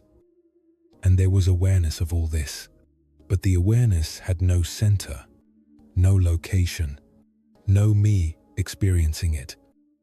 It was just pure experiencing, pure knowing, without anyone knowing or anything being known as separate from the knowing itself. It lasted only a second before his mind rushed back in with thoughts and interpretations. But that second changed everything. Because in that second, Liu Chen had tasted his original face. Not as a concept or a philosophy, but as a direct, immediate reality. He stood up slowly, brushing dirt from his robes, and walked to the interview room where Master Yunmen met with students. The master was there, as if he had been waiting, which perhaps he had. Liu Chen prostrated and knelt. Yunmen looked at him with those penetrating eyes and said nothing. "Before my parents were born," Liu Chen said, and his voice was steady, "there was this." He slapped the floor with his palm, a sharp crack in the silent room. "Before the Buddha, before the first thought, before the universe began, there was this." He slapped the floor again. "Not something separate from me looking at something else. Just this immediate experiencing, before the division into experiencer and experienced." Yunmen studied him for a long moment. Then he said, "Show me this original face right now." Liu Chen simply sat there, breathing, present, making no effort to demonstrate anything or prove anything. The effort to show something would create a separation between the one showing and the thing being shown. But there was no such separation. There was just this sitting, this breathing, this awareness that had no inside or outside. "And where is this face located?" Yunmen asked. "Nowhere," Liu Chen said. "Everywhere. It has no location because it's not a thing. It's what things appear in." "And when were you born?" "Never. This awareness was never born. Liu Chen was born 26 years ago, but what I truly am has no beginning." "And when will you die?" "Never. Liu Chen will die when this body fails, but awareness itself continues, taking new forms, looking through new eyes, like the ocean that remains even as waves rise and fall." Yunmen picked up his staff and suddenly struck Liu Chen sharply on the shoulder. "Did that hurt?" "Yes," Liu Chen said, rubbing his shoulder. "Then where is your deathless nature? If you feel pain, you're still trapped in the body, still identified with form." Liu Chen smiled despite the ache in his shoulder. "The pain is real. Liu Chen feels pain. But I am not only Liu Chen. I am also the awareness that knows pain is being felt. The pain comes and goes. The awareness remains unchanged. Both are true. The relative and the absolute are not separate." For the first time since Liu Chen had met him, Master Yunmen smiled. It transformed his severe face, revealing a warmth that had been hidden beneath the fierce exterior. "Good," he said quietly. "You have seen it. Now, the real work begins, not seeing it once in a moment of surprise, but stabilizing in this recognition. Learning to rest here, even in the midst of activity and confusion. Seeing your original face once is like seeing the ocean from shore. Living as your original face is like diving in and discovering you were always the water." He struck the floor with his staff, a sound that echoed through the room. "Your parents did not create you. They created this body, this personality, this temporary expression. But what you are most fundamentally was here before they existed and will be here after their grandchildren's grandchildren have turned to dust. You are the awareness in which all lives arise and dissolve, the screen on which the movie of existence plays. The movie changes, the screen remains. Liu Chen felt tears on his face, though he could not say whether they were tears of joy or relief, or the simple, overwhelming recognition of coming home to something he had never actually left. "Will I lose this?" he asked. "Will I forget again?" "Yes," Yunmen said with brutal honesty. "Many times. You will become absorbed in thoughts and emotions. You will identify with the character of Liu Chen and forget the awareness that watches the character. This is natural. The practice is not to never forget, but to remember more quickly, to recognize when you have fallen asleep and wake up again. Eventually, the forgetting becomes less compelling. You start to live with one foot in the dream and one foot in the awareness that knows it's dreaming." He poured tea for both of them, a gesture of equality that signaled something had shifted in their relationship. "Before your parents were born, you existed as the potential for all life, the awareness inherent in reality itself. When they conceived you, that awareness took a particular form, began expressing through a particular body and mind. When this body dies, the form dissolves, but the awareness returns to its source, which was never separate from it to begin with." Liu Chen drank his tea slowly, tasting it fully for perhaps the first time in his life. The slight bitterness, the earthy depth, the warmth spreading through his chest. Each sensation arising in awareness, known by awareness, inseparable from awareness. "Thank you," he said to Yunmen, bowing deeply. "Don't thank me," the master replied. "I showed you nothing you didn't already have. I just pointed at the moon you had been staring at all along while reading books about what the moon might be like." This moment of recognition that Liu Chen experienced, this sudden seeing of your true nature, is available to you right now.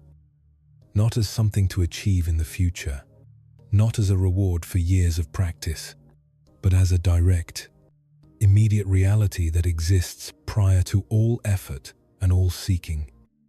The thinking mind cannot grasp this. The thinking mind is a tool for solving practical problems, for planning and remembering and analyzing. It is extraordinarily useful, but it operates by creating divisions, self and other, past and future, knower and known. Your original face exists before all these divisions, in the direct immediacy of awareness itself. Right now, something is aware of these words. You might say, "I am aware," but look more closely at this. I. Where is it located? Can you find it? If you search for the one who is aware, you find only awareness itself, without an owner, without a center. This awareness is not blank or empty in the sense of being absent. It is luminous, knowing, present, but it has no features of its own. It takes on the qualities of whatever arises within it.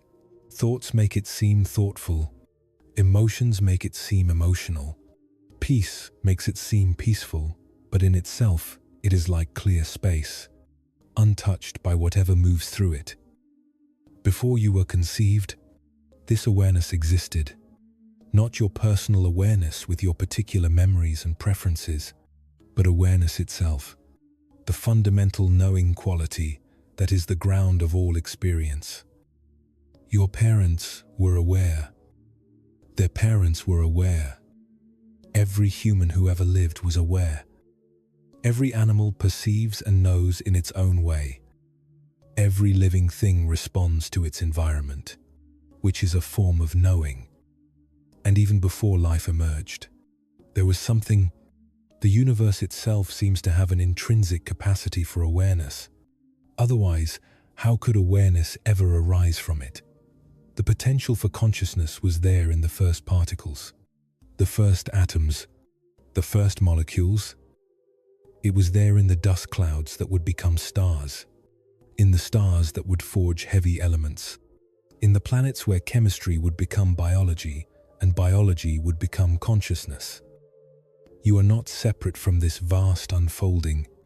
You are one of the ways the universe experiences itself, knows itself, becomes aware of its own existence.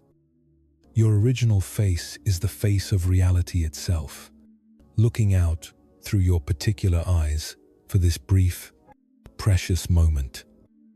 When people hear this teaching, they sometimes feel it diminishes them. If I'm just one temporary expression of universal awareness, doesn't that make me insignificant? Doesn't that mean my individual life doesn't matter? But this is backwards. This recognition actually makes your life infinitely precious. You are not insignificant. You are the entire universe concentrated into one unique perspective. Everything that has ever happened in the history of existence led to this moment. To you, experiencing exactly what you're experiencing right now. This will never happen again in exactly this way. You are utterly irreplaceable and utterly universal at once. The pain you feel is the universe feeling pain. The joy you experience is existence celebrating itself. The love you give is awareness loving its own expressions. Nothing about this is separate or small or meaningless. You are the meaning, the experiencing, the knowing. And when this body dies, when the form called you dissolves, the awareness will not end. It will release this particular expression and continue, just as it continued when all your ancestors died, just as it continued when the dinosaurs went extinct, just as it continued when stars exploded and galaxies collided. The forms change. The fundamental awareness endures. This is your original face, not something you need to find or achieve, just what you have always been. Before you learn to call yourself by a name, before you learn to be afraid, before you learn that you were supposed to be separate from the rest of existence, let your whole body rest now, heavy and warm and supported. Your breathing can be completely natural. No need to control it or improve it. Each breath exactly as it is. Each heartbeat exactly as it is.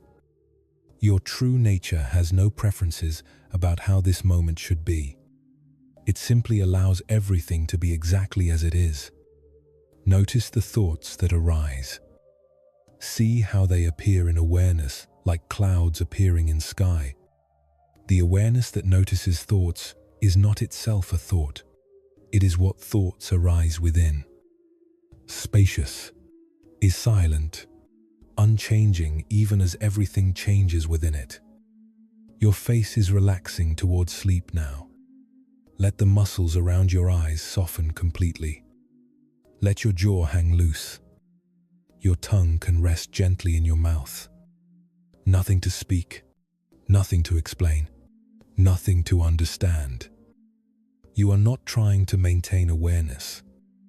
Awareness maintains itself. It requires no effort, no attention, no practice. It simply is, has always been, will always be. Sleep or wake, it remains. Dream or dreamless deep sleep, it remains. Birth and death, it remains. Rest as what you are, not as what you think you should be. Just this. Just this. Just this. Now we journey to medieval Japan once more, where another life encounters the mystery and dissolves into its own true nature. In the mountains of central Japan, during the Kamakura period, when samurai ruled the land and Buddhist monasteries offered refuge from the constant warfare that plagued the countryside, there lived a woman named Kyoko. Her name meant pure child, though she was 43 years old and had lived a life that felt anything but pure. Kyoko had been born into a merchant family in Kyoto. the second daughter of a successful sake brewer. She had married at 16 to a man her father chose, a minor official in the provincial government. The marriage had not been unhappy, exactly, but it had not been joyful either. They had coexisted like two strangers sharing a house, polite and distant. She had given birth to 3 children, 2 sons and a daughter. She had managed the household, supervised servants, maintained the social connections expected of a woman in her position. And through it all, she had felt like she was watching her own life from a distance, as if she were an actor performing a role she had never auditioned for, speaking lines written by someone else. Who was Kyoko? Really? She could not say. Wife, mother, daughter, manager of domestic affairs. These were roles, masks, functions. But beneath them, who was she? When her husband died of a fever at age 45, Kyoko had observed the proper mourning period, ensured her sons were established in their own households, arranged her daughter's marriage, and then, to everyone's shock, she had announced she was entering a Buddhist monastery. Her sons had protested. Her daughter had wept. The family elders had warned that a woman of her age and station entering religious life would bring shame upon them all. But Kyoko had been unmoved. She had spent 27 years living for others, doing what was expected, maintaining appearances. Now, in what might be the final years of her life, she wanted to discover if there was anything real beneath all those layers of obligation and performance. She wanted to know who she was when no one was watching, when no role needed to be played.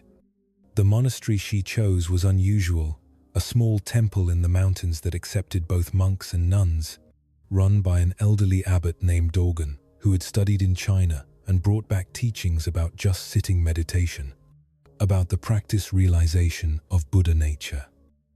The monastery was poor, its buildings weathered and in constant need of repair, its community small and austere.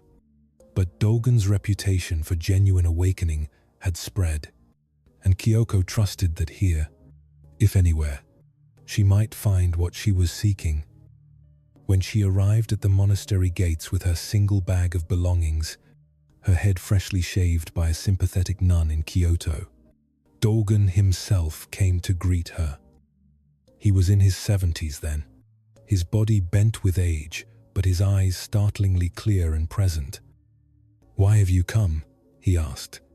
The traditional first question, "I want to know what remains when all the roles fall away."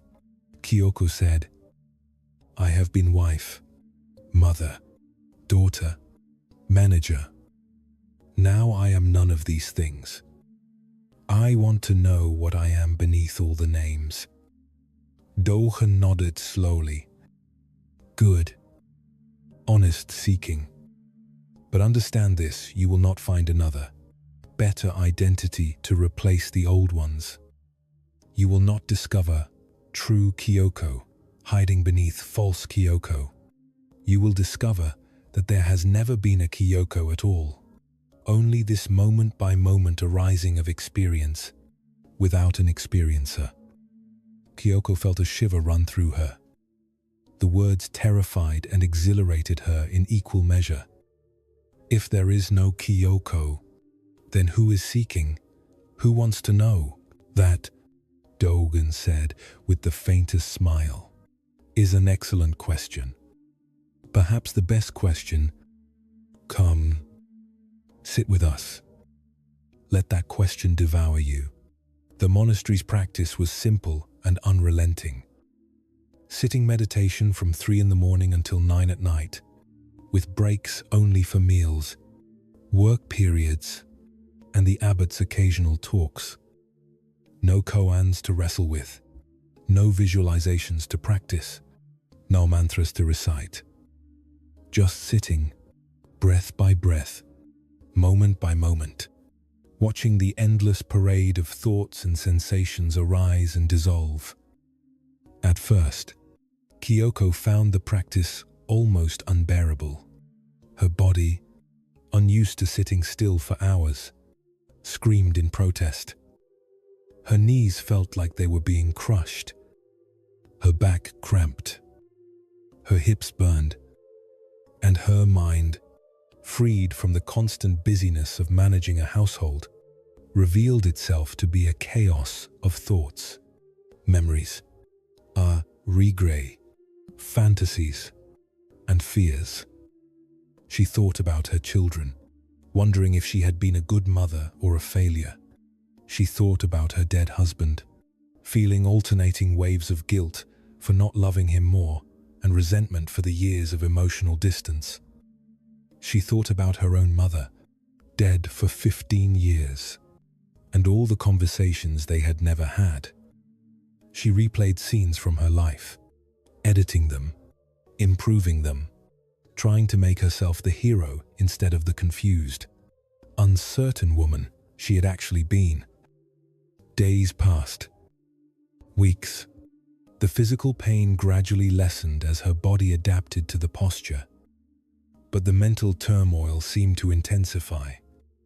It was as if, by removing all the external distractions, she had exposed a whirlwind of inner chaos that had been there all along but had gone unnoticed beneath the surface of her busy life.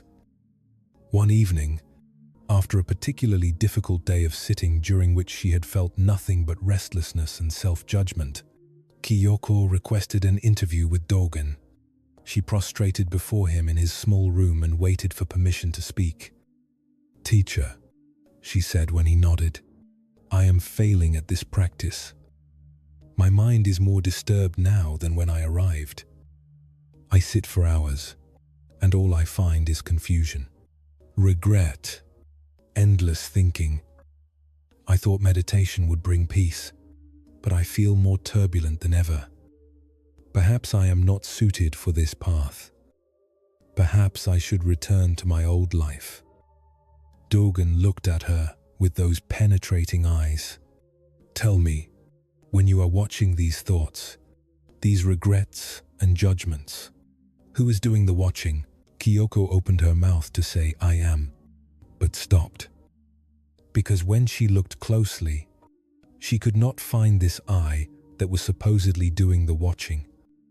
There were thoughts about watching, thoughts about an I, but the actual awareness that new thoughts were happening seemed to have no location, no substance, no identity. I'm not sure," she admitted. "Good," Dogen said.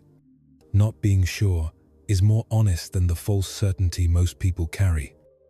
Now tell me this: before your parents conceived you, before they were born themselves, before your ancestors existed, what were you?" The question landed in Kyoko's mind like a stone dropped into still water, ripples spreading outward. What was she before her parents were born? The question seemed absurd. She existed because they had existed. Without them, she would not be here.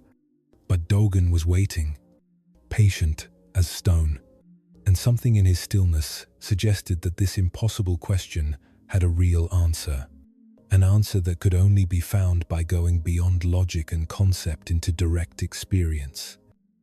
"I don't know how to think about that," Kyoko said slowly. "Before my parents existed, I wasn't here. There was no Kyoko." "Are you sure?" Dogen asked. "Look carefully. Before the form called Kyoko appeared, was there no awareness? Was the universe dark and unconscious, or was there seeing and hearing and knowing? Just not from this particular perspective." Kyoko sat with the question. She tried to imagine the world before her birth. Her parents as young people, her grandparents, her ancestors stretching back through generations. And before them, other people, other lives, all the way back through time. All of those people had been aware. They had seen mountains and rivers, had tasted food, had felt joy and sorrow, had wondered about their own existence. The awareness that had looked through their eyes, was it different from the awareness looking through her eyes now? Or was it the same awareness, taking different forms, wearing different faces, but fundamentally unchanged? I think, Kyoko said carefully, you're suggesting that awareness itself is what I truly am. Not this particular person with this particular history, but the awareness that experiences through this person, that has experienced through countless forms and will continue to experience through forms not yet born. Don't think it, Dorgan said firmly.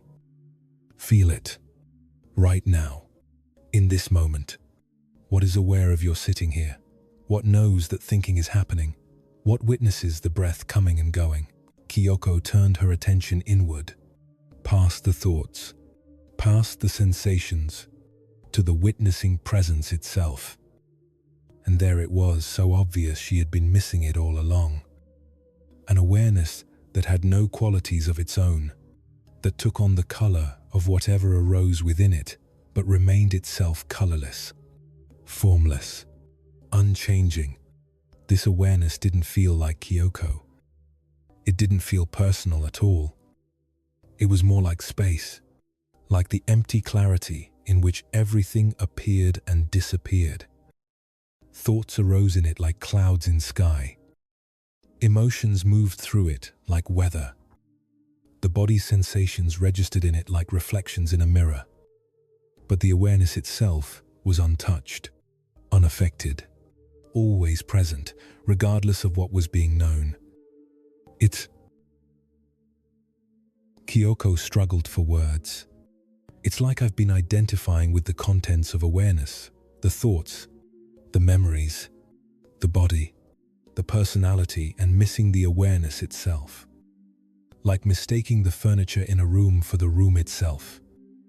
Dorgan's eyes gleamed. Yes. And this awareness, this knowing presence, was it born when Kyoko was born? Kyoko searched within. The awareness felt ancient, timeless, as if it had always been here. Her memories only went back to early childhood, but the quality of awareness then had been the same as now. A toddler's awareness was less sophisticated, less layered with concepts and stories, but the fundamental knowing presence was identical. And before she had memories, before she was born, the awareness had still been here, experiencing through other forms. Her mother had been aware. Her grandmother had been aware. All beings had shared this same fundamental capacity to know, to experience, to witness existence. It feels... Kyoko paused, tears suddenly streaming down her face.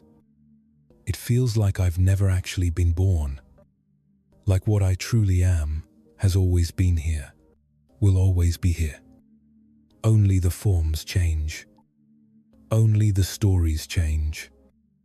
But this witnessing presence, this awareness, is eternal. This is your original face, Dorgan said softly, not the face you see in the mirror, which changes with age and will eventually disappear, but the face of awareness itself, which has never been young or old, never been born or died. This is what you were before your parents conceived you. This is what you will be after this body returns to Earth. This is what you are right now, beneath every story, every role, every identity. Kyoko sat in silence, letting this recognition settle into her being. It was not a new understanding. Exactly. It was more like remembering something she had always known but had forgotten. The way you might forget the feeling of your own hand until someone reminds you to notice it. But I still feel like Kyoko, she said after a long pause. I still have thoughts about my children, memories of my life, preferences and aversions. If I am this timeless awareness, why do I still experience myself as a particular person? Because you are both, Dorgan said. This is the great mystery. In absolute truth, you are the unchanging awareness. never born, never dying. In relative truth, you are Kyoko, 43 years old, with this particular history and this particular body. Both are true. Both are real. The error is in identifying exclusively with one or the other. He picked up his teacup and held it up. This cup appears to be separate from the table, separate from me, separate from you. In relative terms, it is. I can pick it up. You cannot reach it from where you sit. But in absolute terms, what is this cup made of? Clay from the earth, to water, fire to harden it, air within it, the labor of the potter. If we remove all the non-cup elements, is there any cup remaining? The cup is nothing but a temporary gathering of the entire universe into this particular form. He set the cup down gently. You are the same. Kyoko is nothing but the universe gathered temporarily into this form, this name, this story. And when this form dissolves, the elements return to their source. The water returns to water. The minerals return to earth. The breath returns to air. And the awareness, it was never confined to this form in the first place, so it has nowhere to return to. It simply continues, knowing through other eyes, experiencing through other bodies. Kyoko felt something release in her chest, a tightness she had carried for so long she had stopped noticing it. The fear of death. She realized the desperate clinging to life, to identity, to the story of Kyoko.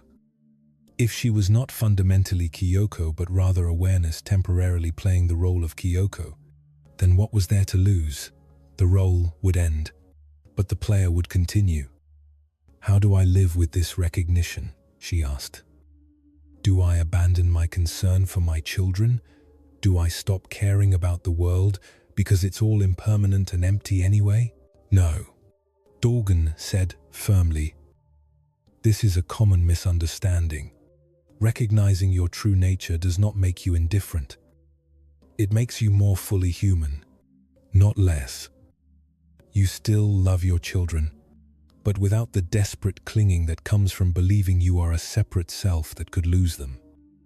You still care for the world, but without the anxiety that comes from thinking you are fragile and separate from what you care for. He stood, signaling the interview was ending. Your practice now is not to maintain some special state or cling to this recognition. Your practice is to live as this awareness, to rest in your original nature while fully engaging with the relative world. Cook meals, knowing you are the universe cooking for itself. Clean the floors, knowing you are the universe cleaning itself. Sit in meditation, knowing you are the universe watching itself breathe. Over the following months, Kyoko's practice deepened. She began to notice moments throughout the day when the sense of being a separate self would thin and she would rest in pure awareness, watching life unfold without a watcher, experiencing without an experiencer. These moments were fleeting at first, but they became more frequent, more natural. She would be sweeping the courtyard, and suddenly there would be just sweeping the movement of the broom, the sound of leaves being gathered, the sensation of muscles working, but no Kyoko doing it, just the activity itself, arising from emptiness, returning to emptiness. She would be eating, and suddenly there would be just eating flavors appearing, textures registering, nourishment happening, but no separate eater experiencing it. Just the universe feeding itself through this particular mouth. One autumn evening, sitting in meditation as the sun set and the meditation hall filled with golden light, Kyoko had what she could only describe as a complete disappearance. There was no Kyoko sitting.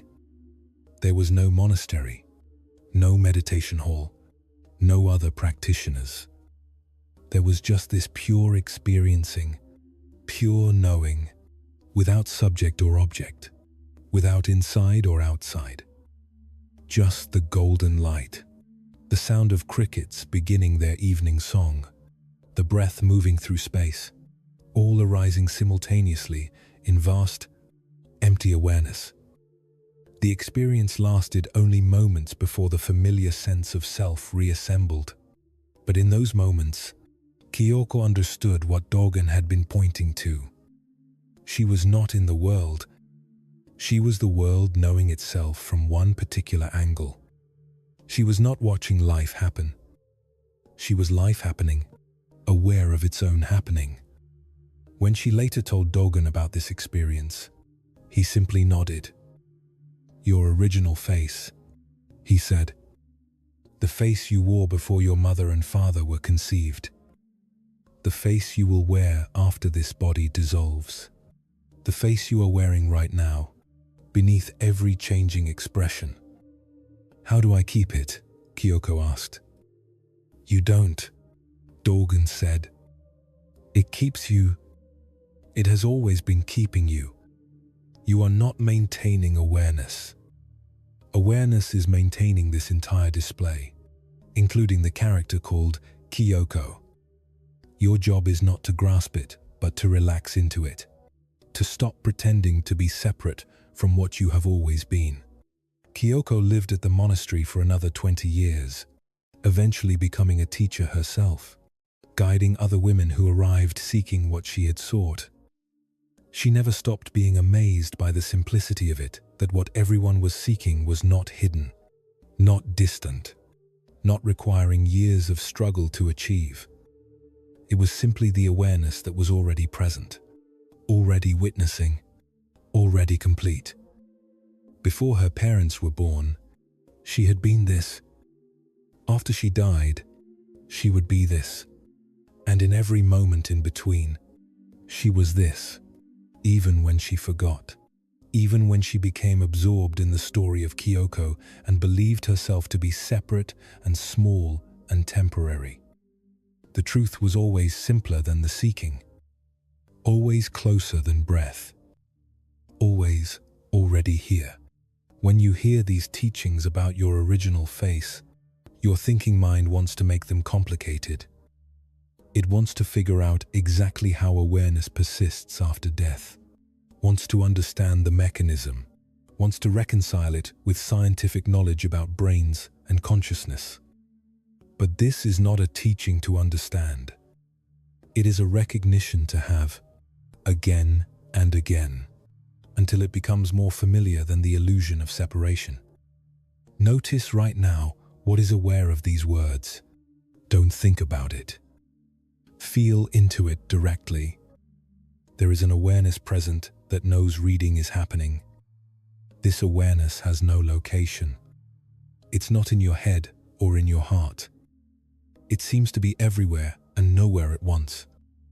This awareness is not produced by your brain. Your brain is an object that appears in awareness, known by awareness. When you have a thought about your brain, that thought arises in awareness. When you have a sensation that seems to locate consciousness in your head, that sensation arises in awareness.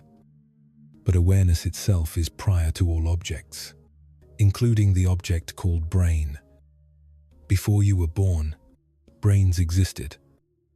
Other brains, in other bodies. And those brains supported awareness, allowed awareness to experience through particular nervous systems, particular sensory organs. When those brains died, awareness continued, finding new expressions, new instruments through which to know the world. Your brain is like a radio receiving a signal. When the radio breaks, the signal continues. The music does not die when one radio fails. It simply stops being received by that particular device. This is not belief. This is not faith. This is direct observation. The awareness present right now, reading these words, feels exactly the same as the awareness that was present when you were 5 years old. The content has changed, different thoughts, different knowledge, different memories. But the aware quality itself is unchanged. That unchanged aware quality is your original face. It was here before you learned your name. It was here before you developed a personality. It was here before your brain formed in your mother's womb. And it will be here after your brain dissolves back into elements. This does not make your individual life meaningless. It makes it sacred. You are awareness itself, choosing to experience limitation, choosing to experience this particular perspective for this brief time. Like an actor fully committing to a role, knowing the performance will end, but giving everything to the part while it lasts. When the performance ends, the actor does not die. The role dissolves, and the actor returns to their original state, ready to take on new roles, new experiences, new adventures in consciousness. You have played countless roles. Before this life, you were awareness experiencing through other forms. After this life, you will be awareness experiencing through forms not yet born. And between, you are awareness experiencing what it's like to be you, with your particular joys and sufferings, your particular way of seeing beauty and feeling love. Nothing is lost. Everything is held in the vastness of what you truly are. Your breath is becoming slower now, deeper, more restful. Each exhale releases another layer of holding, another layer of effort. Your body knows how to sleep. You don't need to make it happen. You just need to allow it. Feel how the darkness holds you. Not frightening darkness, but nurturing darkness. Like the darkness of rich soil from which seeds sprout. Like the darkness of the womb that held you before birth. This darkness is not absence. It is presence prior to form. Let your sense of being a separate person soften like ice melting into water. You are not dissolved. You are simply recognizing what you have always been, not the ice, but the water that temporarily froze into this particular shape. Your original face has no features and therefore wears all features. Has no story and therefore lives all stories. Has no life and therefore is life itself. Rest now. Rest as what you are. One more story remains. One final journey into the heart of the mystery. In the high valleys of Bhutan during the 17th century, in a time when the great Dzong's fortress monasteries were being built to protect both the Dharma and the people who practiced it, there lived a hermit named Tenzin Wangyal. His name meant holder of the powerful teachings, though he lived in such simplicity that most people who encountered him thought he was merely a wandering beggar, half mad from too much solitude. Tenzin had not always been a hermit. He had been born into a wealthy family in the Paro Valley, the son of a regional administrator who served the temporal ruler. His childhood had been one of privileged fine food, beautiful clothes, education from the best teachers. By age 15, he could read and write in both Dzongkha and classical Tibetan, could recite long passages from Buddhist texts, could perform the elaborate rituals that marked the turning of seasons and the honoring of protector deities. But at 16, something had cracked open inside him. He had been sitting through a particularly ornate ceremony, watching the monks perform intricate mudras and chant verses in perfect unison, when a thought had struck him with the force of a physical blow. None of these monks know what they're doing. They're performing movements and speaking words they've memorized, but they don't understand. They're actors in a play about enlightenment, not actual awakened beings. And then, more disturbingly, neither do I. I'm going through motions, saying prayers I don't feel, honoring deities I don't truly believe in. I'm pretending to be spiritual while having no idea what spirit actually is. The thought had terrified him because once he saw it, he couldn't unsee it.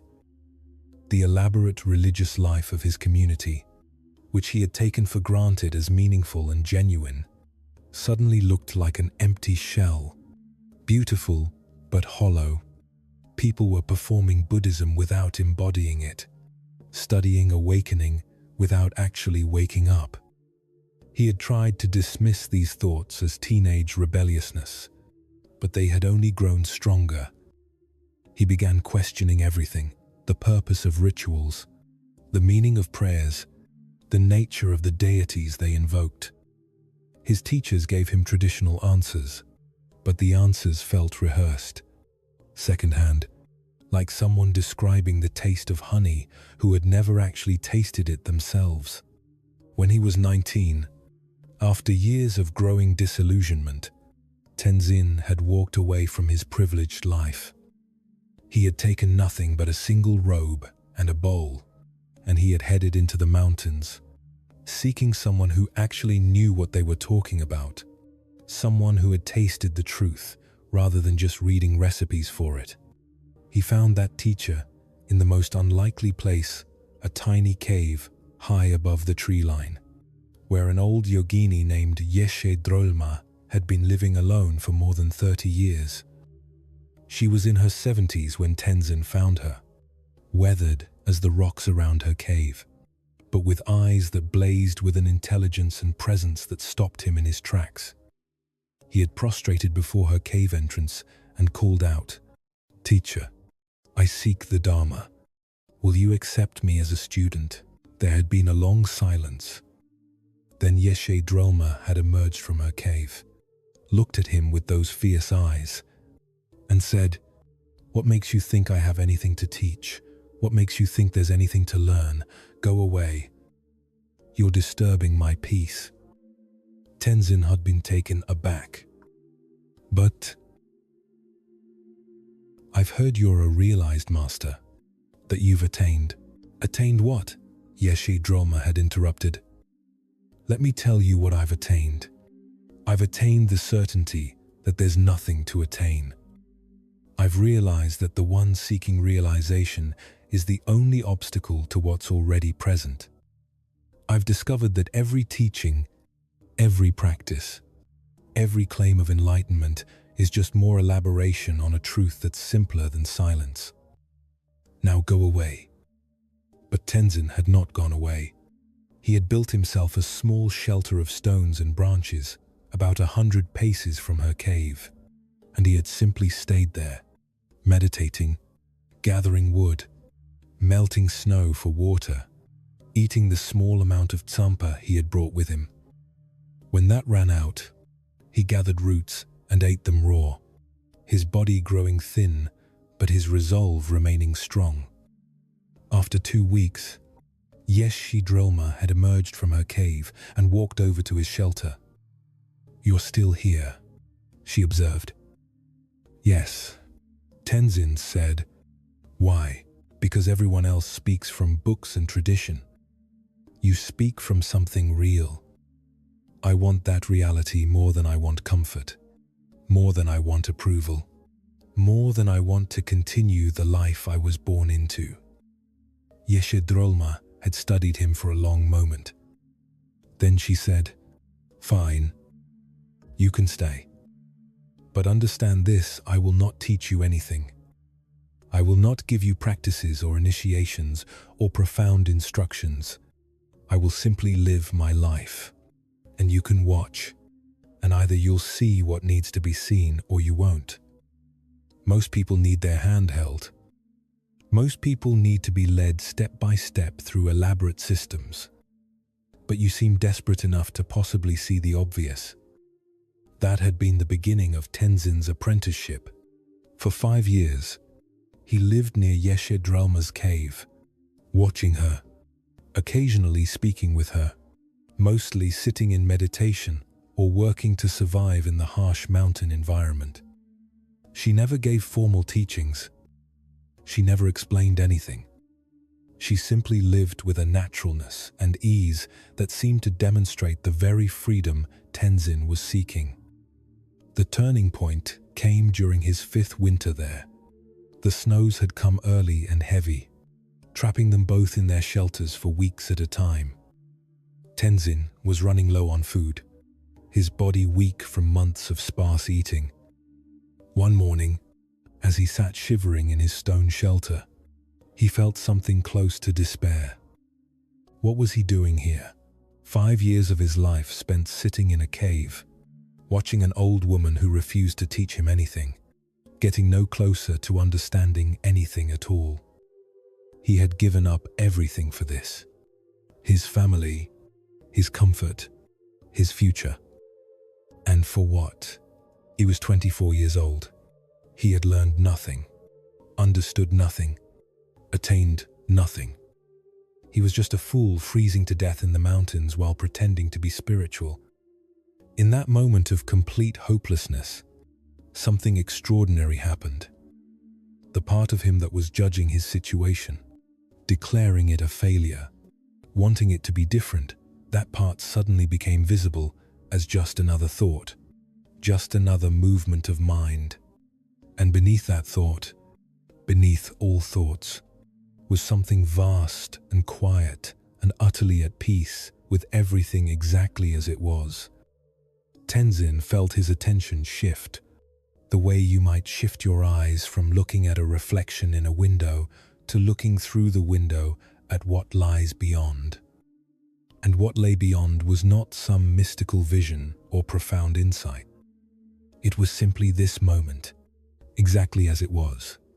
The cold, the hunger, the sound of wind against stone, the quality of light filtering through gaps in his shelter. Not good, not bad, not meaningful, not meaningless. Just this. Just exactly this. Complete in itself, requiring nothing, lacking nothing. He stumbled out of his shelter and walked through the deep snow to Yeshe Droma's cave. She was sitting at the entrance, as if she had been waiting for him. "Teacher," he said, his voice hoarse from days without speaking. "I just saw something. Or rather, I stopped seeing something. I stopped seeing a problem. I stopped seeing someone who needed to achieve something. And what remains is just this, just what's already here. Is this it? Is this what you've been pointing to all along?" Yeshidroma looked at him with those penetrating eyes. "Tell me, young one, before your parents were born, before their parents were born, before the first human being walked this earth, before this mountain rose from the plains, before the world was formed, before time began, what were you?" The question should have baffled him. A week ago, it would have sent his mind spinning, trying to formulate an answer. But now, resting in this open clarity, the answer was obvious. "I was this," Tenzin said simply. "This awareness, this knowing presence, not as Tenzin, not as any particular form, but as the capacity for experiencing itself, as the openness in which everything arises and dissolves. I was the mountain before the mountain existed, because I was the potential for mountains. I was my parents before they were born, because I was the awareness that would eventually look through their eyes. I was and am and will be the unchanging background against which all change appears." "And now?" Yeshe Droma asked. "Right now, in this moment, what are you?" "The same," Tenzin said. "I am this." Not Tenzin, who is experiencing this moment, but this moment experiencing itself. Not a separate witness watching reality, but reality knowing itself, aware of its own being. There is no separation. There has never been separation. The seeker and the sought are the same. The question and the answer are the same. The one asking, "Who am I?" and the answer to that question are the same awareness, playing both roles. For the first time in 5 years, Yeshi Drolma smiled. "Good," she said quietly. "You've stopped trying to get somewhere and discovered you've always been here.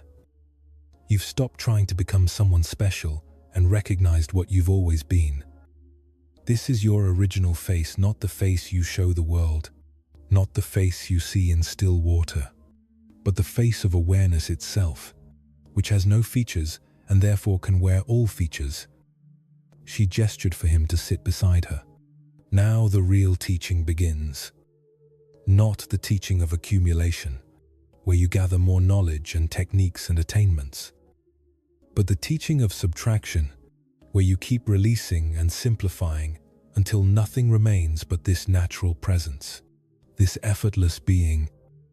Tenzin sat beside his teacher, looking out at the vast expanse of snow-covered mountains, the prayer flag snapping in the wind, the empty blue sky stretching to infinity. "It seems so simple," he said. "How did I miss it for so long? Because simplicity is what the mind overlooks," Yeshe Drolma replied. "The mind is trained to solve complex problems. It craves elaborate systems, difficult challenges, impressive attainments. Tell someone that awakening is complicated and requires years of arduous practice, and they'll believe you and work hard. Tell them it's already present, already complete, requiring nothing but recognition, and they'll dismiss it as too easy, too obvious. They'll keep searching for something more impressive while stepping over the treasure that's right in front of them.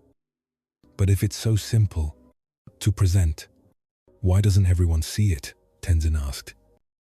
"Because they're looking for it," Yeshe Drolma said. "Imagine you're wearing glasses and you forget you're wearing them, and then you start searching for your glasses. You look everywhere, on tables, in drawers, asking others if they've seen them. All the while, they're right there on your face, allowing you to see everything you're searching through. Your original nature is like that. It's what's doing the searching, so it can never be found through searching. It reveals itself only when you stop looking, when you relax the effort, when you recognize that the looker is what you've been looking for." Over the following years, Tenzin continued to live in the mountains near his teacher. But his practice changed completely. He was no longer trying to achieve anything or become anyone. He was simply resting in natural awareness, allowing thoughts and emotions to arise and dissolve without grasping or rejecting them, recognizing them all as expressions of the same awareness that he himself was. Sometimes he would lose this recognition and become identified with thoughts again, believing himself to be a separate person with problems to solve and goals to achieve. But these episodes of forgetting became shorter, and the return to natural awareness became more effortless. It was like learning to swim at first. You thrash and sink, but gradually the body remembers its natural buoyancy, and you discover you can float without effort. When Yeshe Drolma died, peacefully in her sleep at age 83, Tenzin performed the traditional sky burial, offering her body to the vultures as she had requested. He sat with her body for 3 days first, watching for signs that her consciousness had fully departed, and during those 3 days he contemplated the mystery of death and continuity. Where had Yeshe Drolma gone? Her body was here, growing cold and stiff. But what she had actually been, that fierce awareness, that blazing presence, where had it gone? The question seemed unanswerable until he stopped trying to answer it and simply rested in awareness itself. And then it became obvious. Yeshe Drolma had not gone anywhere.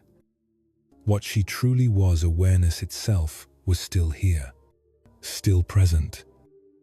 It was looking through his eyes now. It was present in the vultures that circled overhead. It was present in the wind and the rocks and the vast sky. The form called Yeshe Drolma had dissolved, but the awareness that had animated that form continued, because awareness was not produced by the body, but only expressed through it. Before Yeshe Drolma was born, awareness had been here. During her life, awareness had looked through her eyes, spoken through her mouth, moved through her body. After her death, awareness remained, now without that particular instrument, but ready to express through countless others. And the same was true for him. Before Tenzin was born, this same awareness had been here, experiencing through other forms.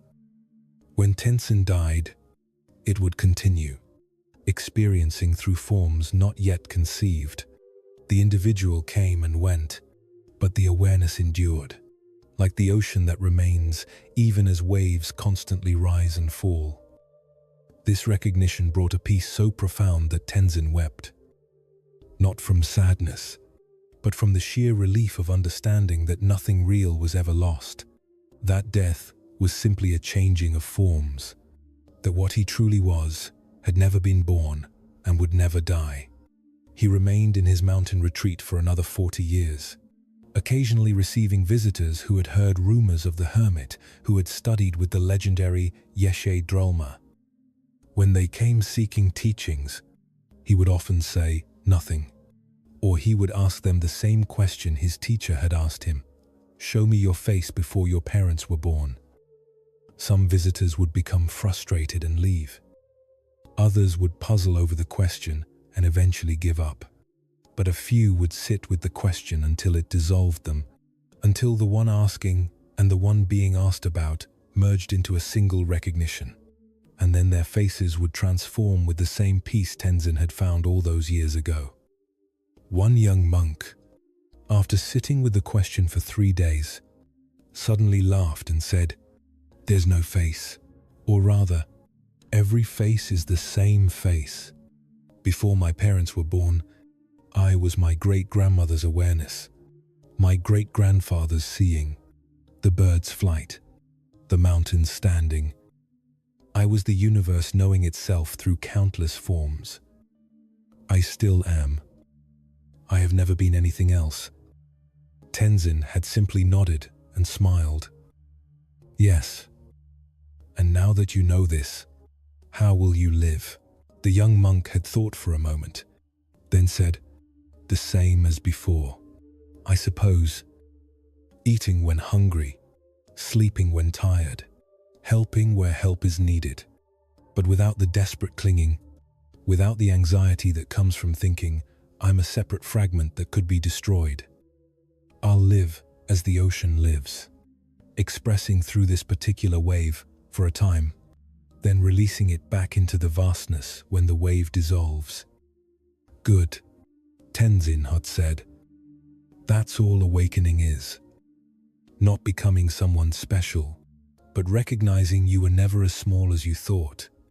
Not achieving some elevated state, but relaxing into the natural state that's been here all along. Not finding your true self, but recognizing that the self you've been defending and promoting doesn't actually exist, and what remains is infinitely more vast and free." Tenzin lived to be 94 years old. In his final days, as his body weakened and breathing became difficult, he showed no fear, no resistance. When visitors asked if he was afraid of death, he said, "Death of what? This body will dissolve. Yes, these thoughts and memories will scatter. But what I actually am has never lived in this body, has never been confined to this mind. What I am is the awareness in which bodies appear and disappear, in which worlds arise and dissolve. How can that die? Where could it go? It's already everywhere. Already everything." On his final morning, he asked to be carried outside his cave so he could watch the sunrise. As the first light touched the distant peaks, turning them gold and rose and purple, he took a deep breath, smiled, and said to the monk attending him, "Look, before the sun was born, there was light. After the sun dies, There will be light. The forms change, but the luminosity remains. This is our true nature, not the temporary forms we wear, but the eternal awareness that shines through all forms, illuminating everything, obscured by nothing. Then he closed his eyes and breathed out, and did not breathe in again. His face remained peaceful, almost amused, as if death were nothing more than removing an old coat that had served its purpose. This teaching about your original face, your nature before birth, is the final doorway through which you must pass to complete freedom. All spiritual seeking, all meditation practices, all attempts at self-improvement, they all point to this one recognition: you are not who you think you are. You think you are a person with a history, with problems, with a future that may or may not work out. You think you are contained in a body, limited to one perspective, mortal and fragile. And in relative terms, this is true. The character called you is all of these things. But you are not the character. You are the awareness in which the character appears. You are the screen on which the movie plays. You are the space in which the story unfolds. And this awareness has no beginning and no end. It was never born and will never die. Think about your earliest memory. Maybe you remember being 4 years old, or 3, or even younger. In that memory, awareness was already present, wasn't it? There was seeing, hearing, feeling, knowing. The content was different from now simpler thoughts, less complicated emotions. But the aware quality, the simple presence of consciousness, was the same. Now go back before your earliest memory. Before you could talk, before you could walk, when you were an infant experiencing the world without language or concepts. Awareness was there too. Not sophisticated awareness, not self-reflective consciousness, but the basic capacity to experience, to register sensations, to respond to the environment. And before that, in the womb, developing, growing, your nervous system forming. Was there some moment when awareness suddenly switched on, or was there a continuity of experiencing, even if the experiencing was dim and undifferentiated? Your mother was aware. The awareness that would eventually focus through your eyes was already present in the field of consciousness that includes all life. Before conception, before your parents met, before they were born, awareness was still here, experiencing through their eyes, through their parents' eyes, through countless beings across time. The same fundamental capacity to know, to experience, to be conscious. This is not mysticism. This is direct observation. Awareness is not produced by individual brains, but experienced through individual brains. The brain is like a lens that focuses consciousness into a particular perspective, but consciousness itself is the field in which all brains arise. When your body dies, the lens breaks, but the light continues. The awareness that has been looking through your eyes will continue, not as you, not with your memories and personality, but as itself formless, boundless, ready to express through new forms, new lives, new adventures in consciousness. This is what the teaching of original face before your parents were born points to.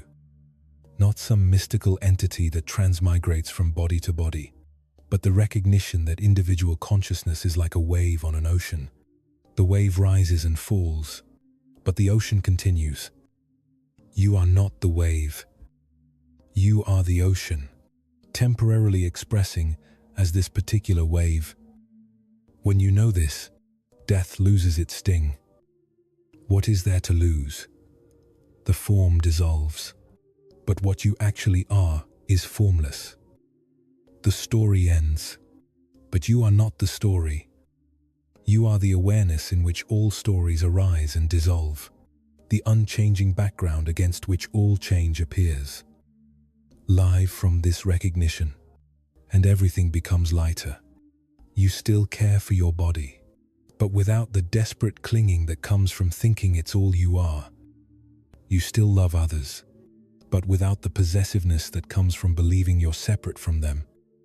You still engage with life, but without the anxiety that comes from thinking you're a fragile fragment that could be annihilated. You are the mountain and the sky and the space between stars. You are awareness itself, playing at being human for this brief time, then releasing this form and taking new ones, forever and forever, without beginning or end. Your breathing is barely noticeable now, so soft and slow. Your body has almost completely relaxed into sleep, into the letting go that happens every night, this gentle dissolution of the waking self. Notice how peaceful this is. You are releasing your grip on being someone, on having to maintain a personality, on needing to be in control. Every night you practice death and rebirth. You let go of the waking self and dissolve into sleep, then emerge again in the morning, reassembling the sense of being you. What remains constant through all of this? What watches the waking self? Watches the dreaming self? Watches even the deep sleep? Awareness itself, never sleeping, never waking, simply present through all states. You are that awareness, not the temporary states it experiences, but the permanent ground in which all states arise and dissolve. Rest here. Rest is what you are. Boundless, timeless, deathless. One final story remains. One last gentle, dissolving into the mystery that has always been your truest home. In a village at the edge of a great forest in ancient Korea, during a time when the seasons moved in their eternal rhythm and people lived close to the earth, there was a woman whose name has been forgotten by history. Perhaps she was called something meaning morning lotus, or clear stream, or gentle moon. But names are just sounds we attach to what cannot truly be named. And in the end, her name dissolved like mist in sunlight, leaving only the essence of what she discovered. She was not young when her story unfolded, nor was she particularly old.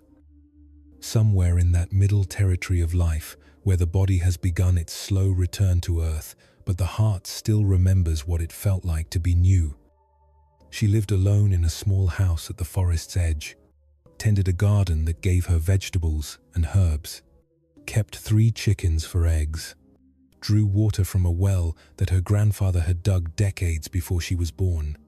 Her life was simple in a way that the complicated world has forgotten how to be. She woke with the light, moved through her days following the rhythm of what needed doing, slept when darkness came. She spoke little, having no one nearby to speak to. She thought less than she once had, having discovered that most thoughts were just old conversations repeating themselves endlessly, saying nothing new. Sometimes, monks would pass through the village, traveling between temples in the mountains. Sometimes they would stop at her house and ask for water or a place to rest. She would offer what she had, a cup of cool well water, a bowl of rice, a corner of her floor to sleep on. They would thank her and speak of Dharma, of Buddha nature, of the path to enlightenment. She would listen politely, understanding perhaps half of what they said, nodding at what seemed true, letting the rest pass through her like wind through an open window. One autumn, when the leaves were turning and the air carried the first whisper of winter, an old monk arrived at her door. He was so ancient, he seemed made of paper and light, his skin translucent, his eyes filmed with cataracts, but somehow still seeing. He moved slowly, each step a complete journey in itself, and when he lowered himself to sit on her doorstep, The movement took so long, she almost offered to help. But something in his complete absorption in the simple act of sitting stopped her. "Water?" she asked when he had finally settled. He nodded. She brought him a cup from the well, cool and clean. He drank it in tiny sips, as if each sip were a ceremony, as if the water were telling him secrets. When he finished, he handed back the cup and looked at her with those clouded eyes that somehow saw everything. "You already know," he said. "Know what?" she asked. "What you are. What you have always been. What you will be when this," he gestured vaguely at his ancient body, "returns to earth." She felt something stir in her chest, like a bird waking. "I don't know anything," she said. "I just live here. Garden, chickens, water from the well. That's all." "Yes," he said, and smiled. "That's all. And that's everything. Tell me, when you were a child, before you learned your name, before you knew you were supposed to be someone, what were you?" She thought back, past the layers of years, past the accumulated memories, to that earliest time. Playing in dirt, the sun warm on her back, watching ants carry seeds. No thoughts about who she was or what she should become. Just the playing, the watching, the sun, the ants. Just this. I was. "Just here," she said slowly. "Just this being here." And now, she looked around at the garden with its last vegetables waiting to be harvested, at the chickens scratching in their pen, at the forest beginning its autumn blazing. "Still just here," she said. "Still just this." "Yes," the old monk said. "Nothing has changed. You added a name, a story, a sense of being someone separate. But underneath, still just this. Still just the same awareness that watched through your child eyes. Now watching through older eyes. Same awareness. Always the same." He stood, the process as slow and complete as his sitting had been. "Before your mother carried you, before she was born, before her mother was born, before the first human walked this forest, what were you?" The question should have confused her. But standing there in the autumn light, with the smell of wood smoke from a distant house drifting through the air, she felt the answer in her bones rather than her mind. "The forest," she said. "The light, the watching. Not me watching it. Just the watching itself. No separation." The old monk bowed to her, his ancient body folding like paper. "Remember this when the end comes," he said. "You are not going anywhere. The form changes. The watching continues. Like water changing from ice to liquid to vapor. Still water. Always water." Then he walked away into the forest, and she never saw him again. But his words stayed with her, settling into her body like seeds into soil. The seasons turned. Winter came, with its silence and stillness. Spring returned, tentative and green. Summer blazed. Autumn painted the world in rust and gold. The woman tended her garden, fed her chickens, drew water from the well. But something had shifted. The doing and the doer had begun to merge, like two streams joining. When she pulled weeds, there was no separate her pulling, just the pulling happening. Hands moving, weeds releasing, earth exhaling. When she watched the sunrise, there was no watcher and watched. Just the seeing, the gold light, the gradual brightening. Everything happening by itself, in itself, as itself. She stopped wondering what it meant, stopped trying to understand or hold on to the recognition. It came and went like breath, like the seasons, and she learned to let it move through her without grasping. One morning in late spring, several years after the old monk had visited, she woke feeling different.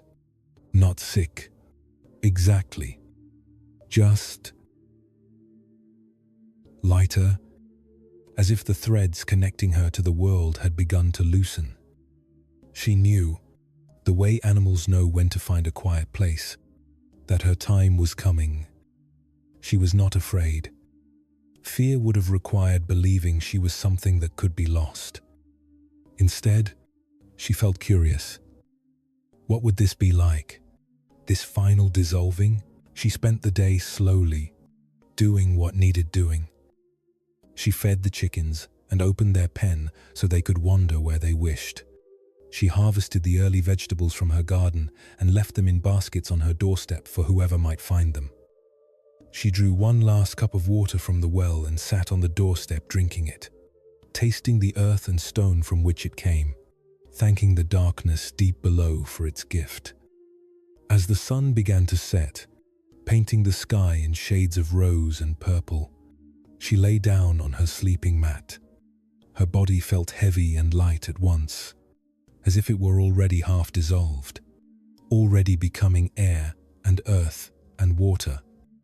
She watched the light change through her window, gold to amber to deep blue, the first stars appearing like memories surfacing, the moon rising, nearly full, flooding her small house with silver light. And as she watched, the boundaries softened further. Her breathing became the wind in the trees. Her heartbeat became the pulse of the earth. The moonlight pouring through the window was not separate from the seeing of it.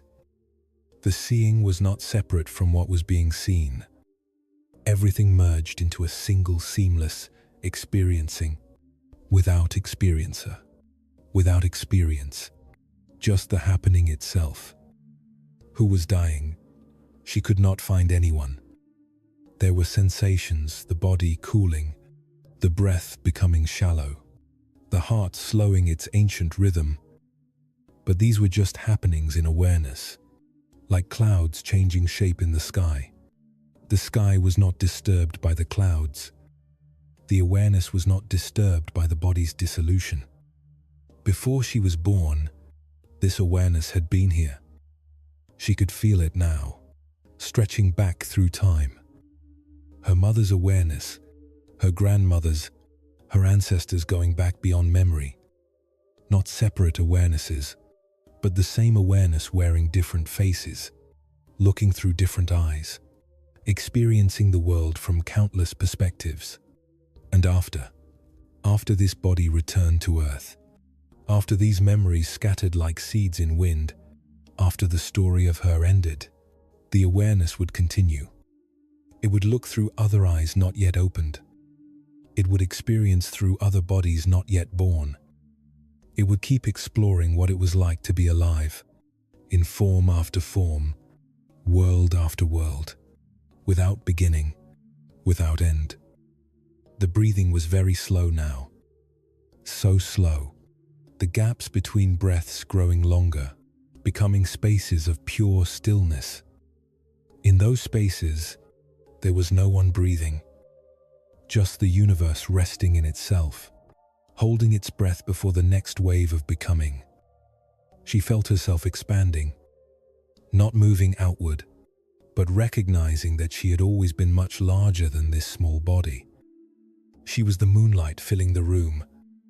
She was the forest breathing around her house. She was the earth beneath, the sky above, the space between stars, not metaphorically. Actually, the same awareness that had been focused through this one perspective, now releasing back into its natural vastness. There was no fear in the releasing.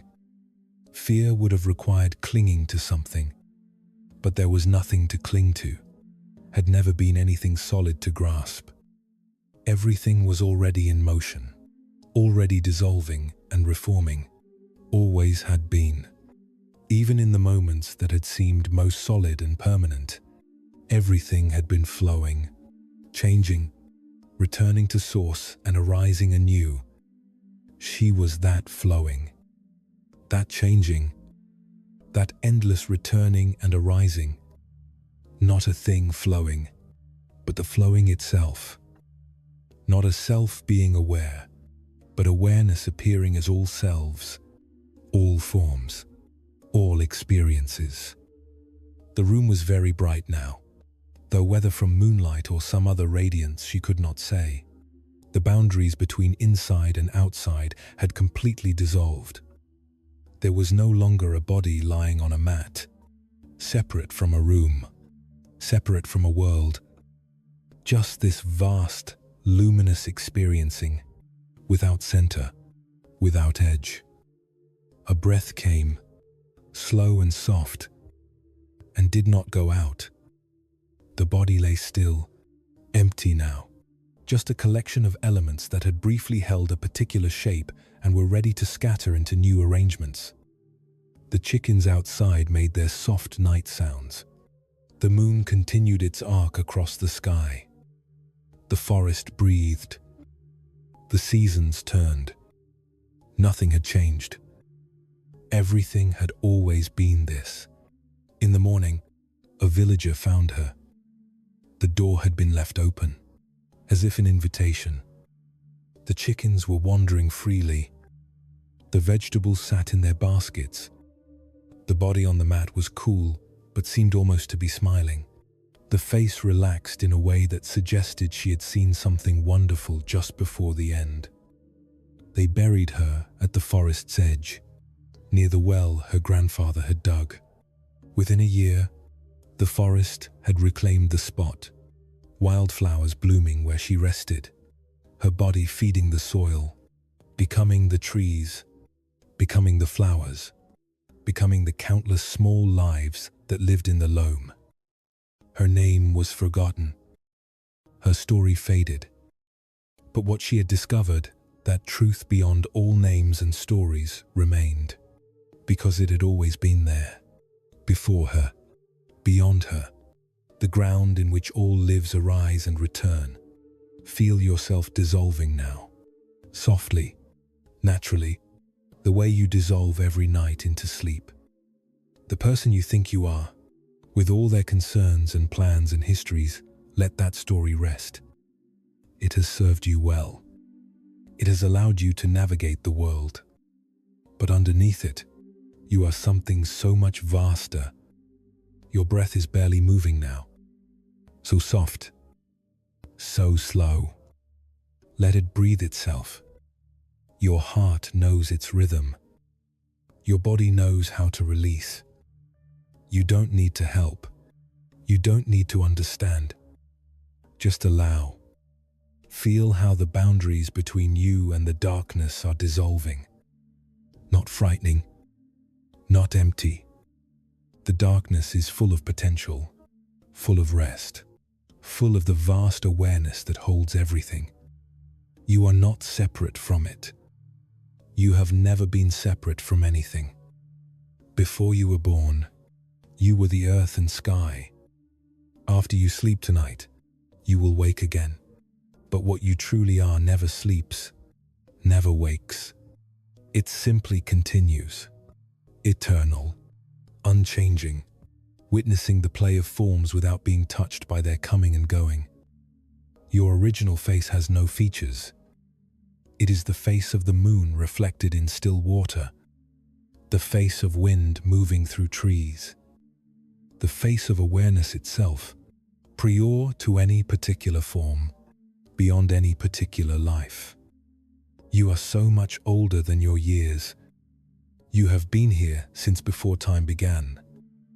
You watched the first stars ignite. You watched life emerge from ancient seas. You have looked through countless eyes, loved through countless hearts, lived through countless forms, and you will continue forever, because what you are cannot be born and cannot die. Let go now. Let the story rest. Let the striving cease. Let the small, separate self dissolve like salt in the ocean, returning to the vastness from which it briefly crystallized. You are not this body. You are not these thoughts. You are not this life or any life. You are the awareness in which all bodies appear, all thoughts arise, all lives unfold. You are the eternal witness, the unchanging ground, the luminous emptiness that is paradoxically full of everything. Rest. Rest. Rest. Nothing to remember. Nothing to become. Nothing to achieve. You are already what you have been seeking. You have always been what you will discover. The finding and the seeker are one. The answer and the question are one. The dreamer and the dream are one. Before your parents were born, this is what you were. After your grandchildren's grandchildren have returned to dust, this is what you will be. And right now, in this very moment, beneath every thought and sensation and story, this is what you are. Just this. Just this vast, peaceful presence. Just this awareness, holding everything, touched by nothing, forever complete. The breath dissolves. The boundaries dissolve. The story dissolves. And what remains is what has always been infinite, eternal, luminous, free. You can forget now. You don't need to hold on to anything. Sleep will take you, and awareness will remain. Morning will come, and you will reassemble, or you won't. And either way, what you truly are continues, endless and beginningless. The original face wearing all faces, the eternal watching through temporary eyes. Rest now in the mystery. Rest in what you have always been. Rest in the face you wore before your parents were born. The face you will wear in 10,000 years. The face that is faceless, nameless, timeless, deathless. Just this. Just this. Just this. And now, complete silence. Complete peace. Complete dissolution into the vast unborn awareness that you are and have always been. The moon sets. The stars turn. The earth breathes. And the awareness that watched through these stories, that listened through these words, that experienced through this form you call yourself, that awareness continues forever, without beginning, without end. Welcome home. Tonight we have traveled together through 8 lives, 8 seekers, 8 moments of recognition. From Korean mountains to Vietnamese deltas, from Japanese monasteries to Tibetan peaks, from Chinese valleys to Bhutanese caves, and finally to a quiet forest where a nameless woman discovered what words can never fully capture. Each story spoke the same truth in different voices. You are not who you think you are. You are not this temporary gathering of memories and preferences and fears. You are the awareness in which all of these arise and dissolve. The vast, spacious knowing that has never been born and will never die. Before your parents were born, you were here. Not as you, not with your name or your story, but as the fundamental awareness that experiences through all forms. And when this body releases back into earth and water and air, that awareness will continue, unchanged, eternal, taking new shapes while remaining essentially formless. This is not something to believe. This is something to recognize, again and again, until the recognition becomes more familiar than the forgetting. Until you rest in your true nature as naturally as you rest in sleep each night. Let these teachings sink deeper than understanding. You don't need to remember the stories or hold on to the insights. Let everything dissolve into the quiet darkness that holds you now. Trust that what matters has already been absorbed, not by your thinking mind, but by something deeper, something that learns without effort, that knows without needing to know it, knows. You may notice, in the days ahead, moments of unexpected spaciousness. Moments when the boundaries soften and you glimpse your original face looking back at you from every mirror, every window, every passing stranger's eyes. These glimpses are grace, reminding you of what you discovered tonight. If this journey has served you, consider subscribing so others seeking the same peace might find their way here. Your rest matters. Your recognition matters. The universe awakening to itself through you matters. May you rest deeply tonight in the truth of what you are. May you wake tomorrow remembering, even if just for a moment, the face you wore before you were born. May you live with the gentle certainty that you are held, always, by the vast awareness that you are. You are enough. You have always been enough. You are the universe, experiencing itself, and that is the only miracle there has ever been. Sleep well, Ancient One. Sleep well, eternal awareness. Sleep well, beloved mystery. Good night.